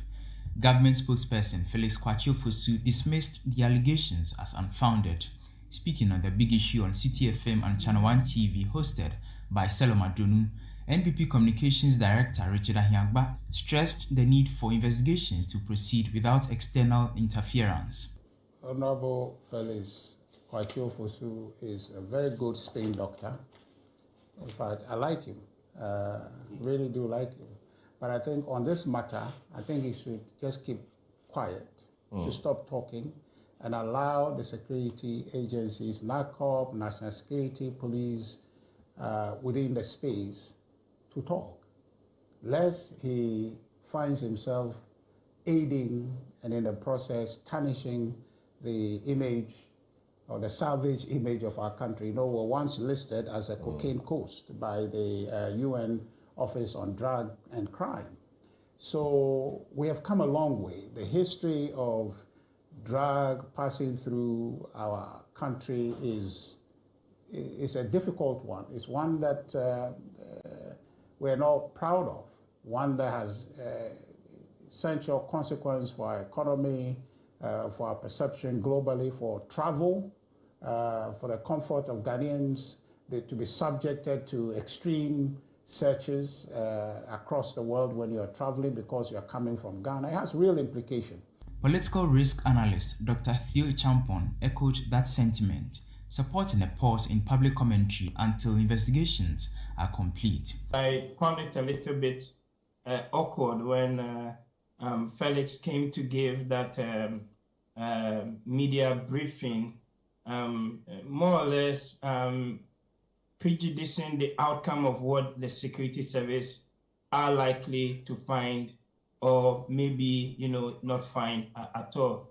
The short of my response really is that there's an investigative process that is ongoing. And the government has indicated that they take the matters extremely seriously. Meanwhile, Member of Parliament for Sagnarigu, Isata, defended the government's actions and expressed disappointment in Reverend Fojo's remarks. You cannot say that the presidency or the government of Ghana should not respond, because you are impugning emotive under this government. He raised issue, he didn't conclude anything to say. He said he raised issues about things that seem suspicious. That government, yes. But it's the government of the day. There's no hiding that fact. So what is the issue with the government responding? The panel also addressed recent developments concerning the missing containers belonging to the Electricity Company of Ghana. Dr. Champon reaffirmed the need for those found culpable to be prosecuted. This is not just 1 or 10 containers that are missing. There are more than 500 plus. And I've had a chance to sort of look at the interim report.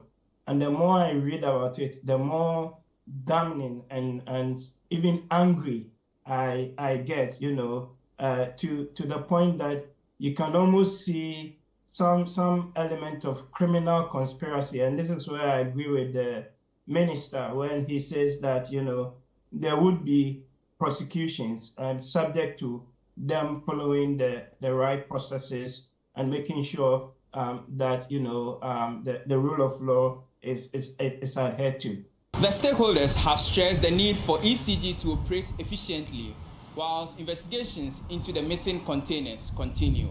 For Channel 1 News, I am Daniel Udro-Mensah. Now, the government is making a firm move to curb uncontrolled public spending by tightening procurement regulations in response to growing arrears and increasing instances of financial mismanagement within state institutions. New legislation has been introduced mandating written approval for all procurement funded by the central government. But would this bold measure truly promote fiscal discipline, or is it simply another layer of government bureaucracy? Channel 1 News' Ekow Koomson has been investigating this. One of the critical financial challenges Ghana faces is the accumulation of arrears, largely due to the awarding of contracts without ensuring the availability of funds for payment. This issue has placed a significant strain on the country's budget, leading to financial mismanagement and economic instability. In 2025, out of Ghana's total budget of 293 billion Ghana cedis, 13 million Ghana cedis was allocated for the payment of arrears, a stark indication of the growing fiscal burden. A glaring example of the consequences of unchecked procurement is the controversy surrounding the over 1,300 missing containers belonging to the Electricity Company of Ghana, ECG. If you go to the tables, for instance, in year 2023, their approved planned procurement was 935 million. That's less than 1 billion. By the end of the year, they had procured 8.3 billion. 7.3 billion more than their budget could accommodate. And so you had so many containers arriving at the port. So many containers arriving at the port.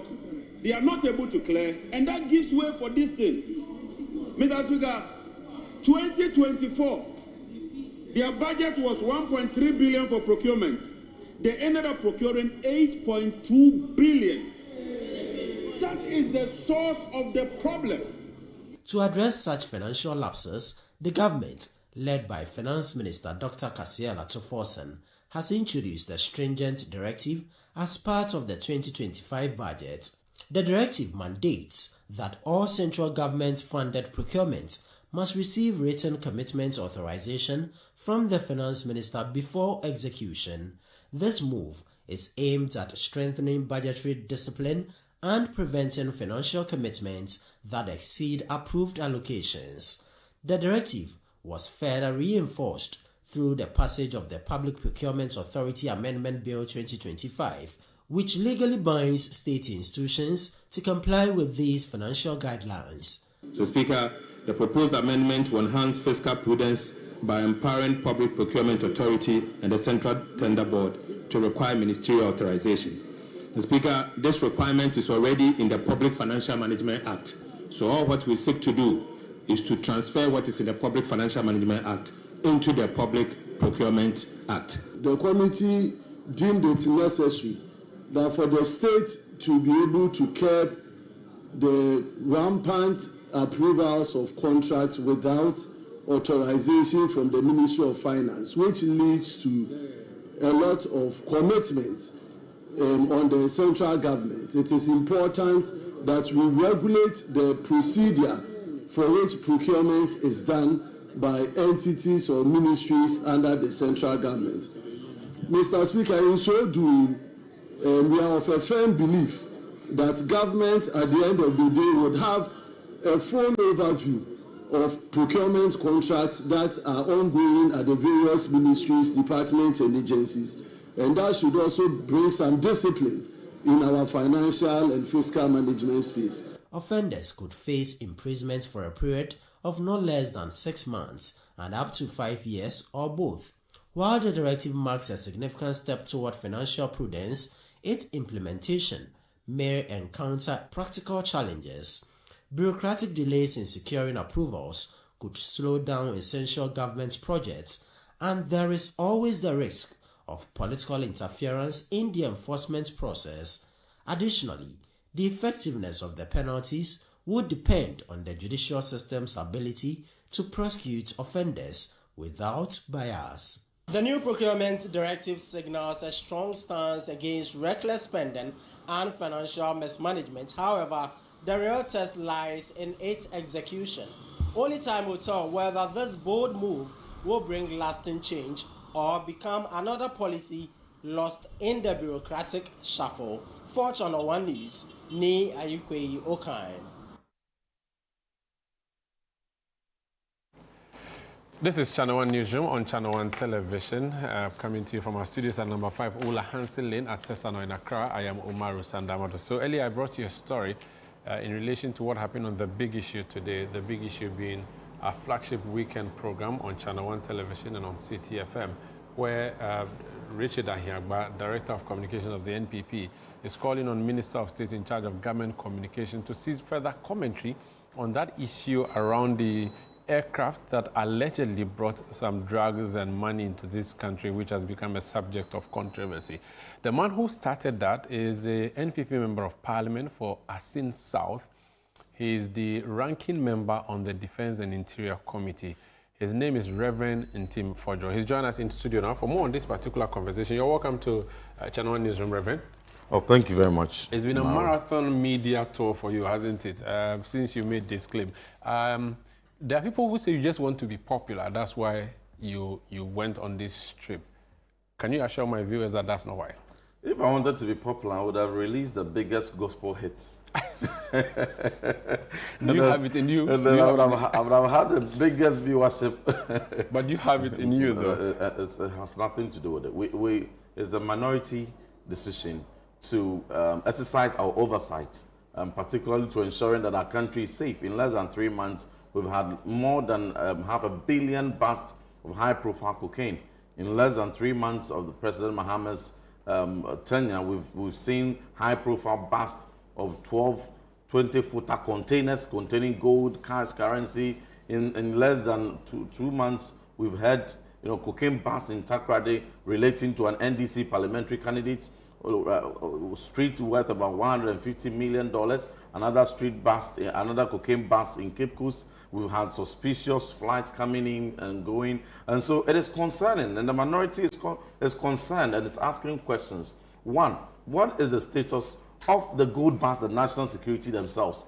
The raid they led. They accompany themselves with media they choose, camera. They want to show the whole of Ghana and the world transparently how they will fish out any money laundering, gold, illegal entry into the country of illicit cargo. They showed it clearly. 2 months on, from February 9th, we are asking, what has become of that raid? But the issue is that this issue you're bringing up, they're saying that you're simply going on a red herring. I mean, this is not a matter in issue. The matter in issue is that you have claimed that 2 aircraft came into this country. They were carrying money and drugs.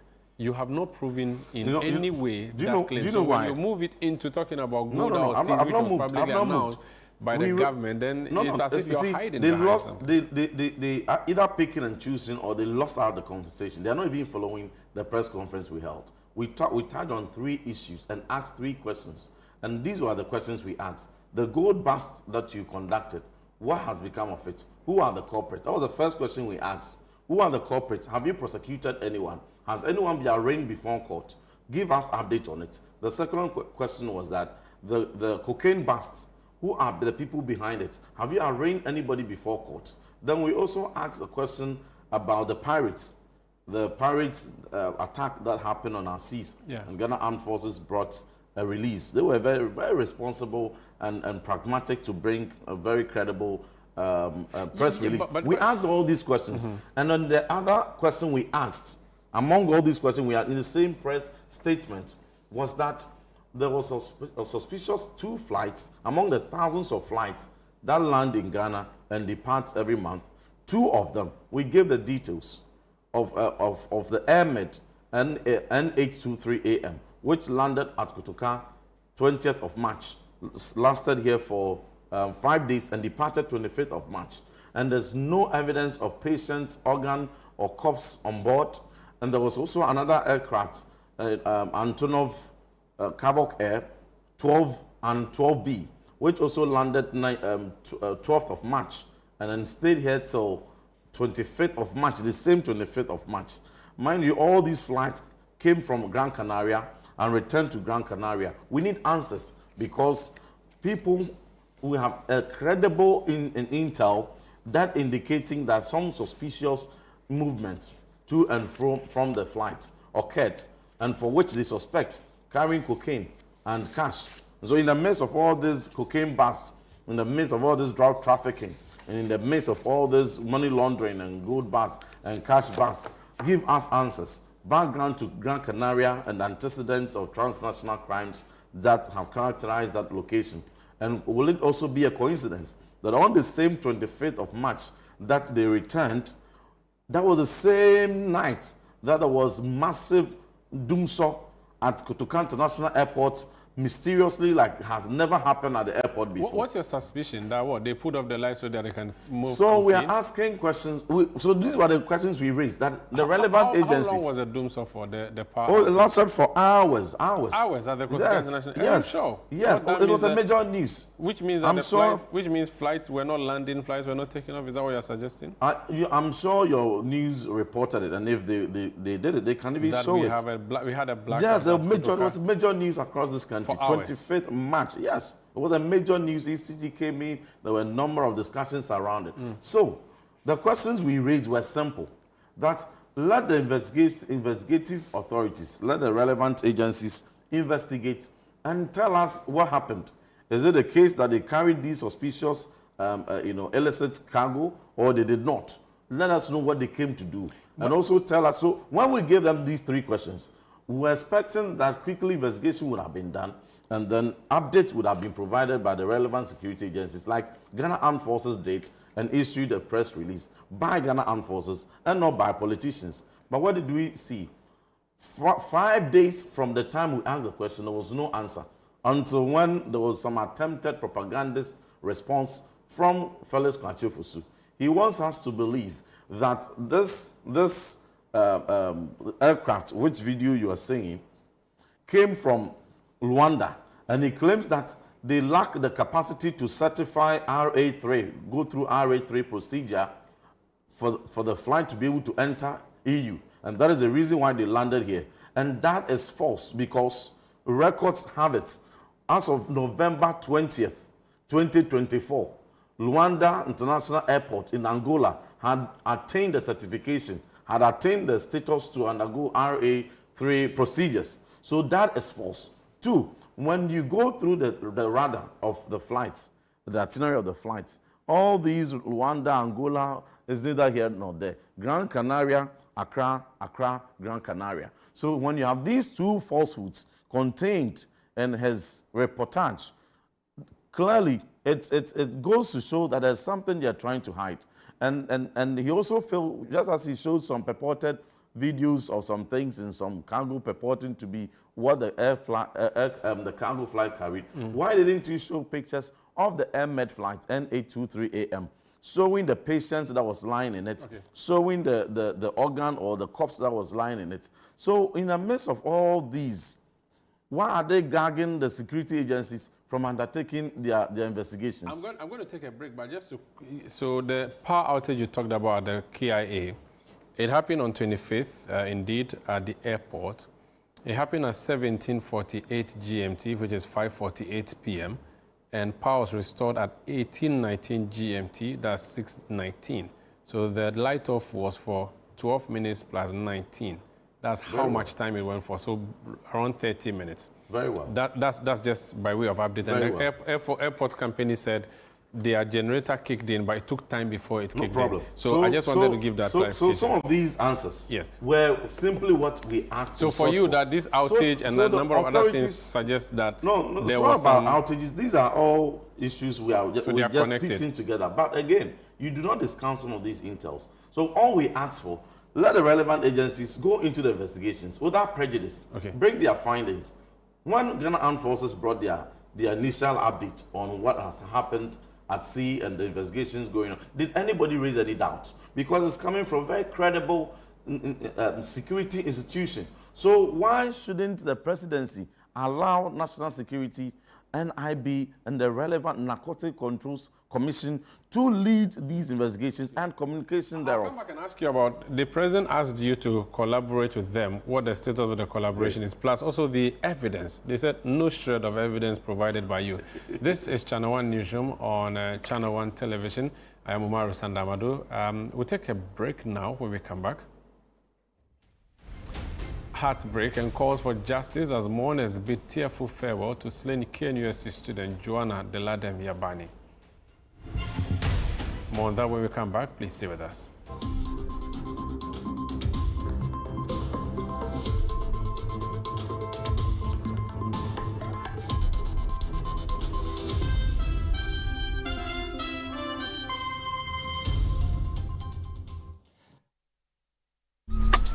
Life is a celebration of moments. Big and small. The sun is scorching, I'm feeling the heat. With Piva Drink, every moment becomes a refreshing celebration. From the beach to your home, in every corner of your world, Piva Drink adds a burst of refreshment. And orange, give me Piva cocktail and tangerine.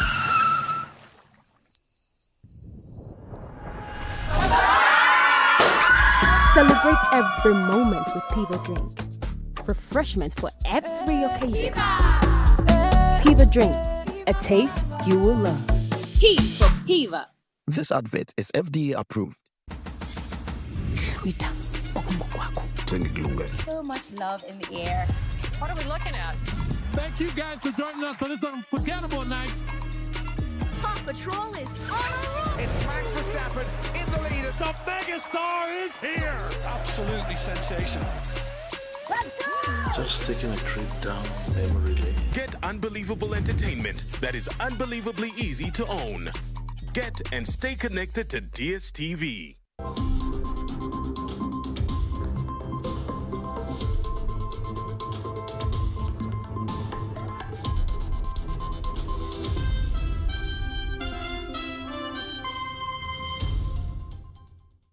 Yeah, welcome back. This is Channel 1 Television. This is Channel 1 Newsroom. In studio from number 5 Ola Hansen Lane at Tesano in Accra, I am Umaru Sandamadu. My guest is ranking member on the Defense and Interior Committee of Parliament and MP for Asin South, Reverend John Ntim Forger. Reverend, so before we took the break, I said I was going to ask you.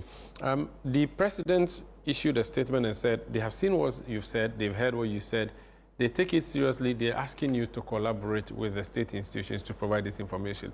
Over the past, 78 hours, has there been any collaboration? Have you given them any information? Let me clear right at the outset. No invitation has come to me. I have not received any invitation whatsoever.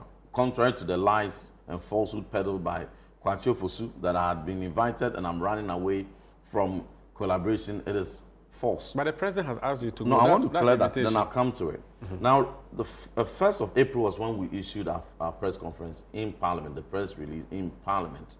After that, somewhere in the evening, I saw the president's tweets and the president's Facebook posts, indicating that we take this matter seriously. We are, I'm directing these agencies, NACOC, Police CID, NIB, National Security, to conduct investigation, collaborate with Ntim Forger to establish the matters, and then stating his commitment has been $350 million bust, high-profile bust of cocaine, and that is commitment to zero tolerance for. So I took that post seriously and said, oh, yeah, the president seems to be committed to this. So let me quickly, so I wrote calling for joint, because it was a parliamentary minority press conference.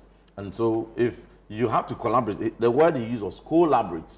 So in collaboration, these are agencies that are under our oversight already. Even their budgets are approved by us. And so we have that interaction. So in the same way, every time we had invited them, the same procedure I had used. Confer with the chair or place in a request, and the chair invites them, and then they come and have interactions with them. So 2nd of April, I wrote a letter, which letter I'm sure you cited, and requested joint briefing of all the agencies President Mahama directed them to go for the information. I said in the letter that when they appear, They will have updates for us. And we will also volunteer every information we have to them to be able to assist the process. As soon as that understanding was established between us in Parliament, the moment the letter went, orders from above, from NDC, higher orders from above, came and overturned that understanding and caused the majority caucus to issue another letter blocking that joint briefing that would have given us that collaboration. So I did my part and they blocked it, only to turn around to say, well, they invited me and then I didn't turn up. But I still had some seriousness to the statement President had issued until Friday, when I had the opportunity to debate Kwacho Fosu on a station, radio station. And on that program, when the host quizzed him that, why are you saying all this? The president has directed that he take the matter seriously and that investigations should be conducted. I said, no, this is comical. So no, the president says seriously, you are saying comical. No, I speak for the president, I have the authority of the president to say that these things doesn't take serious, it's comical. And so are you going to ignore the directives for the investigation? And Kwacho Fosu said yes, because there's nothing to investigate. The president is not interested, and I'm quoting, is not interested in any investigation. He just wants to make an example of Intim Fojo. So clearly, whatever they had discussed in conclave came out of his lips without knowing. So that was when I ended every regard I had for the directive issued for zero tolerance and for investigation. So immediately, some international agencies heard that pronouncement from Kwacho Fosu. They issued, some submissions and statements.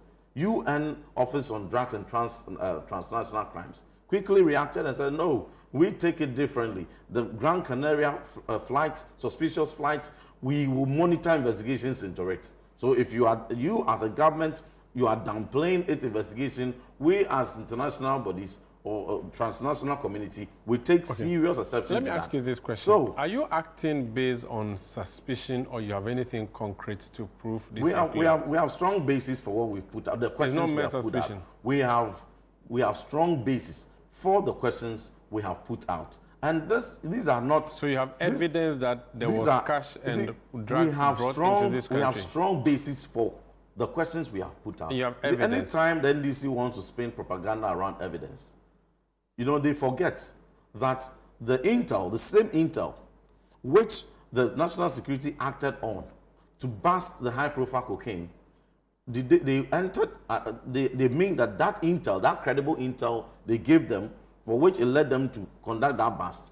The person entered the container, opened it, took pictures of the cocaine in the container, even took samples of the cocaine, brought it to National Security and NACOC to conduct tests on it to ascertain it was cocaine before they went and busted.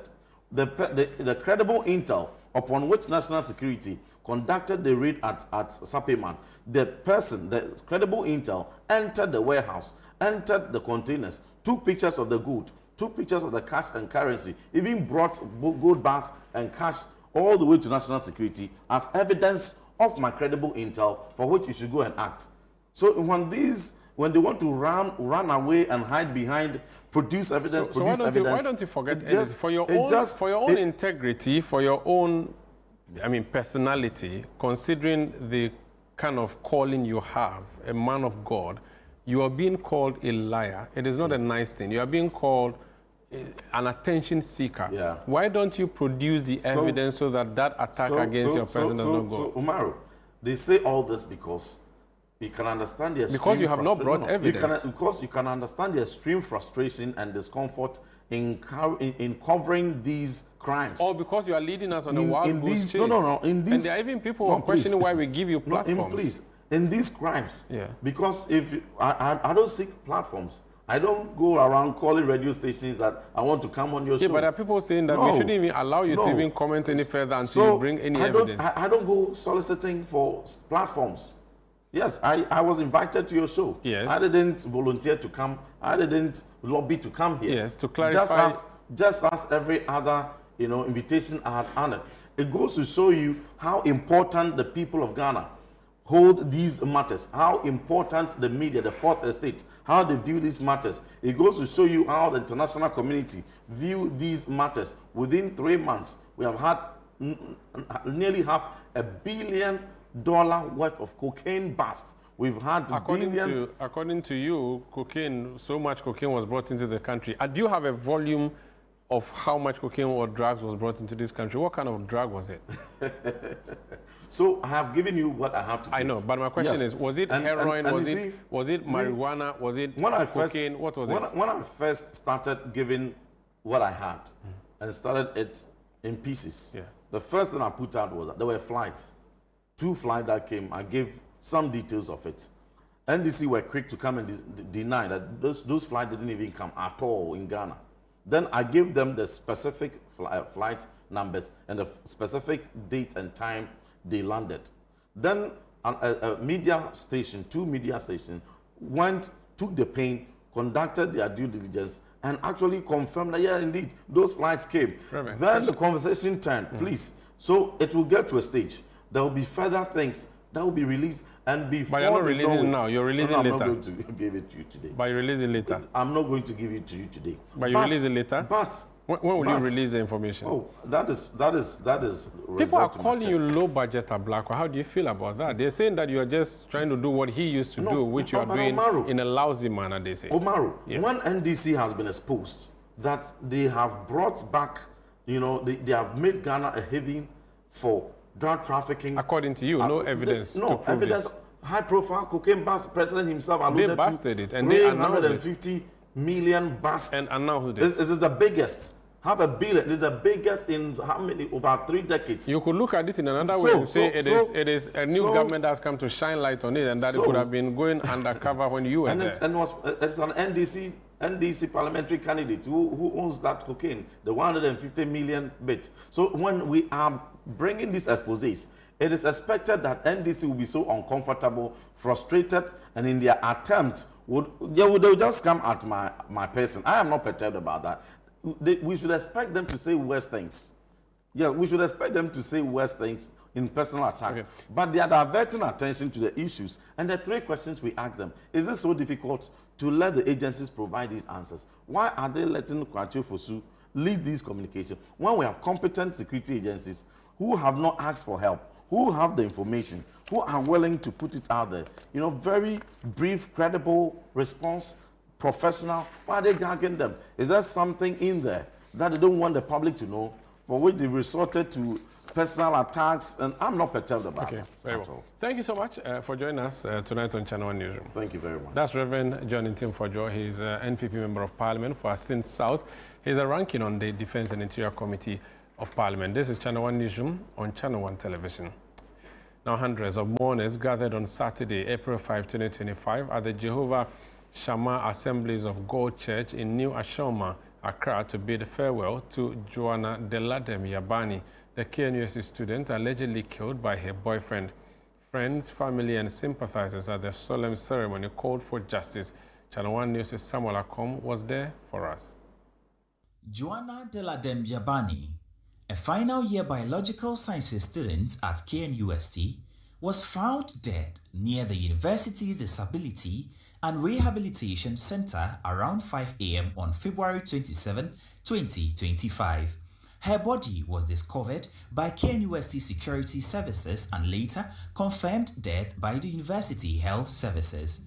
Her funeral, held at the Jehovah Shammah Assemblies of God Church in New Ashoman, drew a crowd of grieving family members, friends, schoolmates, clergy, and dignitaries. In attendance were representatives from the KNUST student body, the Achimota School Old Students Association, and several Assemblies of God congregations. Ashanti Regional Police Commander DCOP Tay Kujo and other security officials were also present. First part of the burial service have concluded, and the activity was carried out in the Assemblies of God Shammah Temple here in Ashoman Estate New, right here.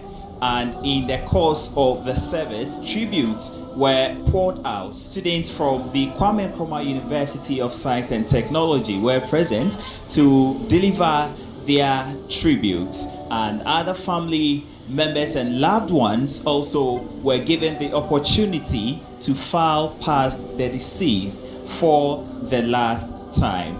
For the purposes of paying final respect to the deceased, the family, together with the church, concluded that no filming or videoing will be entertained within the church, which is why scenes and shots from within have not been made available to you. The convoy is being led by the Ghana Police Service with a bus, and in your shot now is the ambulance that is carrying the body of the deceased.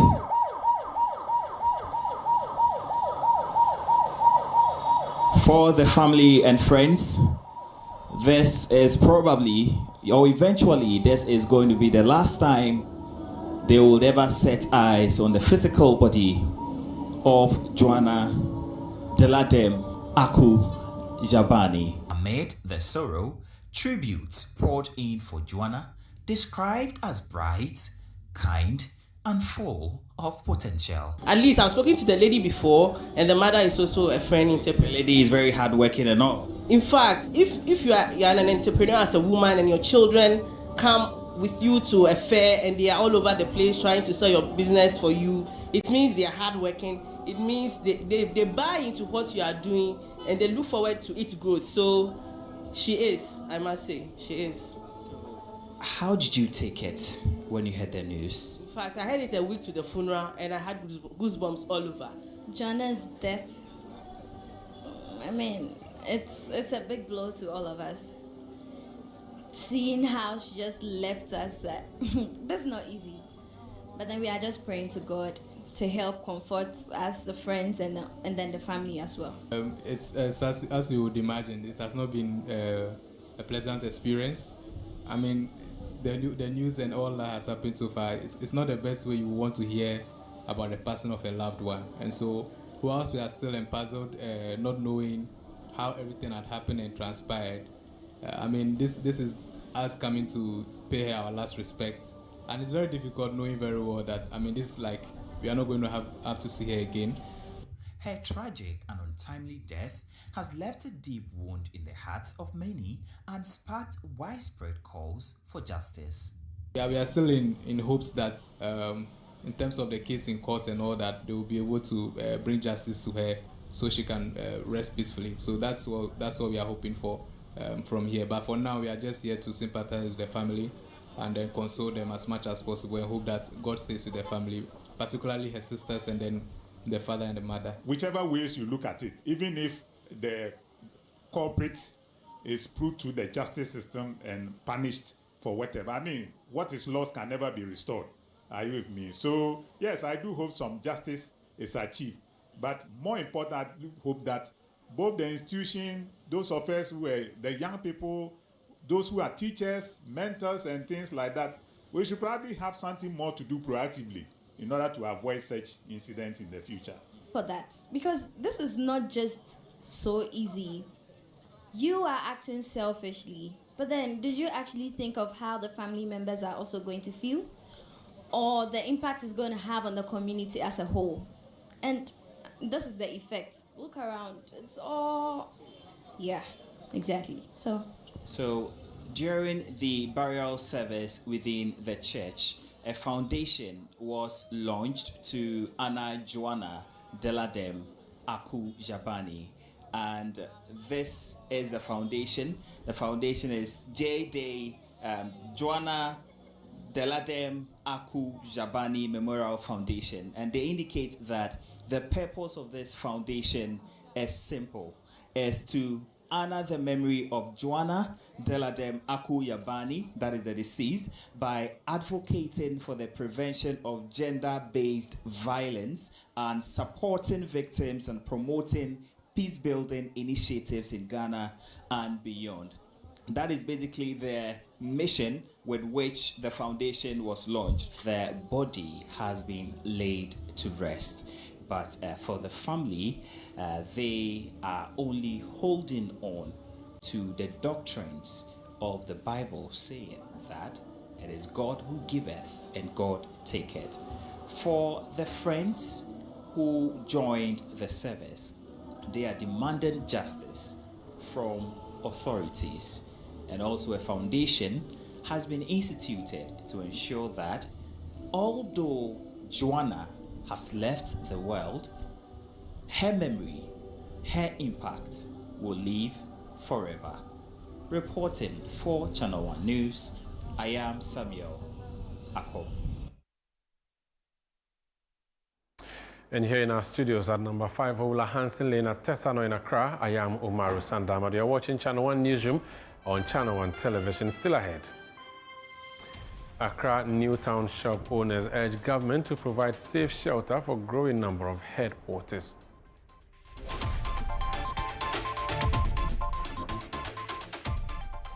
More on that when we come back. Please stay with us.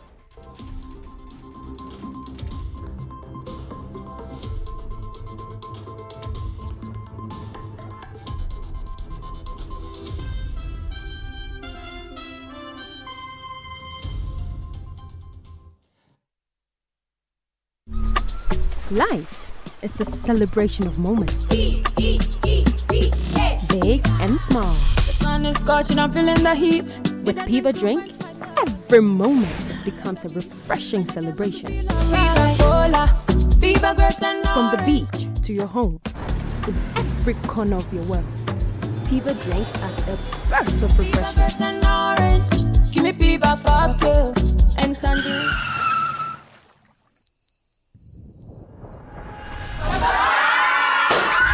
Celebrate every moment with Piva Drink. Refreshment for every occasion. Piva Drink, a taste you will love. P for Piva. This advert is FDA approved. Hi, friend. Where are we going today?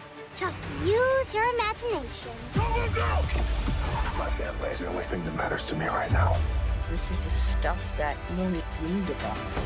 These guys are the best. GoTV's ready to take you from your hometown to roaring stadiums and even on international adventures. So let's go together, from home or on the go with GoTV Stream. Sounds like a great idea. Woohoo! GoTV. Love it. Every day, people have money emergencies. Ma, I need my school fees emergency. Mommy, chop money emergency. Emergency, emergency. Catch it. I'm your rent. Emergency. Now, there's a new emergency number in town. More money, challenge and enjoyment. At the top life we got. Dial star 770 hash for all your money emergencies and chop life. Dial star 770 hash for money emergencies and get easy and quick access to your money, loans, and other banking needs. Ekow Bank, the Pan-African Bank.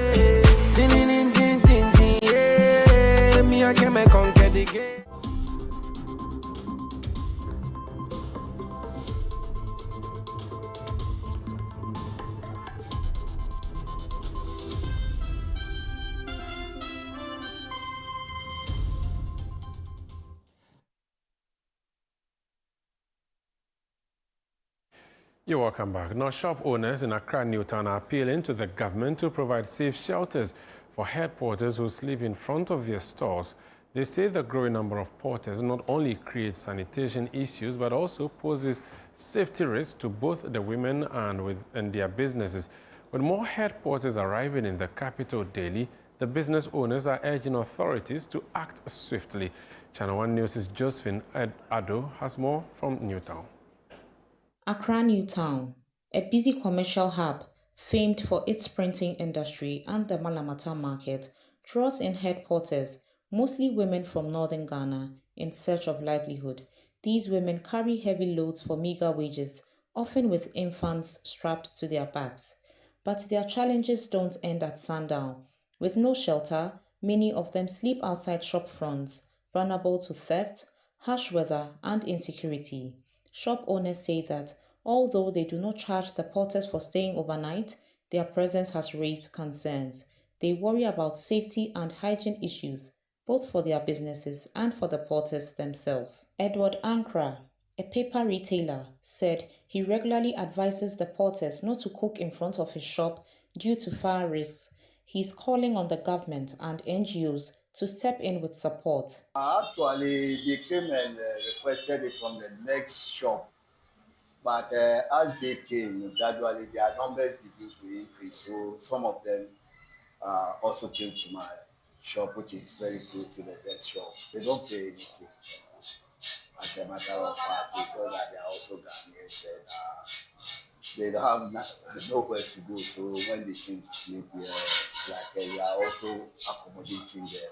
As a matter of fact, when they came here, they started cooking. Some of them started cooking, washing their clothes and everything. So as you can see here, it's a paper shop, and it's very, very distinct. How can I put it? Dangerous for us if they cook for her. So I want them that they can do their washing and anything else, but for cooking here, we don't allow them to cook here. Jacqueline Bentel, who sells drinks and clothing nearby, highlighted the sanitation problems caused by the head porter's presence.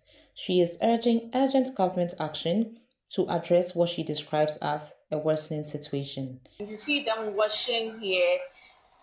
Sometimes they litter here and then they put some of the rubbish in the gutters and all that, which we have been speaking to them about it, but they seem not to listen. They used to have, they had built a hostel for them to stay in it, but I don't know why. They brought a bus to carry them to go to that hostel, but I don't know why they are still back here again. When you ask them, they said the hostel is not yet conducive for them to stay. So I wish and I pray that the government can fix that hostel so that they can all move to the hostel and just stay there. That would be better for us, and to be a safety precaution for them as well, because their children just litter around. A car can hit them or anything. Meanwhile, Alassane Abubakar, chairman of the Works Subcommittee at the Ayawaso Central Municipal Assembly, disclosed that plans to construct a shelter for the porters had begun, but encountered stiff opposition from some local residents. To be frank, we've done our best in the past. Yes, I remember last year, around same time, the assembly did their best to try and build a modern hostel facility for them in the market, but there was very stiff opposition from the market women and also some of the community members. We did our best, especially the MP at that time, Honorable Henry. Yes, he did all he could. Also the MC, I remember very well, the contractor came around. We went there several times, and anytime we went there, there was very, very stiff opposition from the market women.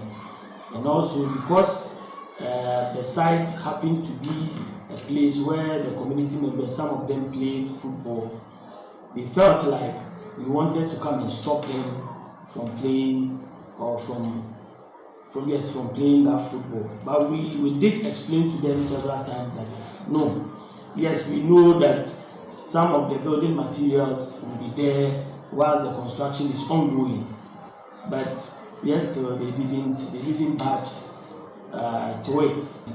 But I want to say that the assembly is not going to renege. Yes, it's not going to renege. We are still going to do our best so that this year, as soon as possible, we can come together. If something can be done, we can do it as soon as possible before the rains start coming in. So I can assure you that we are going to do our best as an assembly member. The Channel 1 News team attempted to speak with the head porters at night. Many were hesitant to talk, fearing eviction. However, one woman, Aisha, shared her ordeal, revealing how they are often forced to stay awake through rainy nights.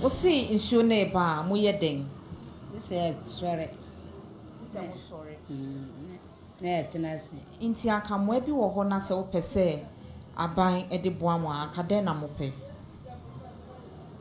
Says a cannot in cannot so Matse say you see akromfo so ham wo ha pa. and there's The headquarters here in Accra Newtown are calling for help, not just for themselves, but for their children as well. The challenges they go through is beyond poverty. It's about dignity, safety, and a basic human right to shelter. Reporting for Channel 1 News, I am Josephine Addo. Now, motorists in Accra are raising concerns over the disappearance of essential road markings across the city. These markings, which play a crucial role in guiding traffic and ensuring road safety, are either missing or so faded they are barely visible. This troubling development has contributed to a rise in road accidents and confusion among drivers. Channel 1 News' Jennifer Nati toured key areas in the capital and brings us this report. Driving through the streets of Accra, one quickly notices a recurring scene. Drivers confused, arguing, or forced to make split-second decisions on the road. Without clear lane divisions or pedestrian crossings, the roads have become a chaotic free-for-all. From La Paz to Island Dam and Circle to Kandishi, once visible lane markers have faded into obscurity. In areas like Awoshi, Ablekuma, Odoko, and Bubuashi, road markings are completely absent, creating dangerous driving conditions for both motorists and pedestrians. Without proper visual guidance, drivers frequently swerve unexpectedly, switch lanes without signaling, and ignore pedestrian crossings, putting lives at risk. In conversations with drivers, many expressed frustration, saying the lack of clear road indicators has made daily commuting more stressful and hazardous. I can't be straight and I can't be say by a tune hard one share them driver prep no banana, or tune bab boom, and I say, hey, I call a Harry. To do almost say be no home, back open UTC home side, you know. And I can't put the identity cause power to the day call we home side, you know. Hey, I'm mutun cars to crash or home. And then so I was so washing away. And yet, now people need a crowd of Romac Biano and a police for the TN. Romac no a bini a crown Casaun. Road Sambodo, road then Yamushi. Ya the Nimian Davio and cry. And why? It is on my road minister, no, a so called rounds. No stress, I know when you know your Mayan. Oh, Ziba crossing, maybe I said if I cross the point. Yeah, and a German panel, and so Lord knows any Musa because back because you walk and so I saw Gina. And so a bin want to treat Gina, Naka Pin Wechi. And they said when you're Mushon Yamayan and one road minister long call rounds. Yeah, that's your office no veteran. So called rounds, no Chanyama, street light, road marking, sandboard that Ukwa, somewhere. I'm saying, Hano, a co branch. Sometimes we go to my yard from a supposed in your Opposite Hano, no room by force. Across all mankind, was that proud. Nothing day. A quay with listen a central a mark and was need a confusion you are into member. Oh, be or what? Saturday no maybe you do one maybe or who say beer, Saturday na pepano. Now you know who baby already offer. And decided the idea who ya pa. Omushe na senebeya, Max in our consul. Omia the M1 no San Fambra. Adding to the concern, the Public Relations Officer for the National Road Safety Authority echoed the motorists' frustrations and emphasized the risks that come with unmarked roads. Road markings play a very critical role in the promotion of road safety, in that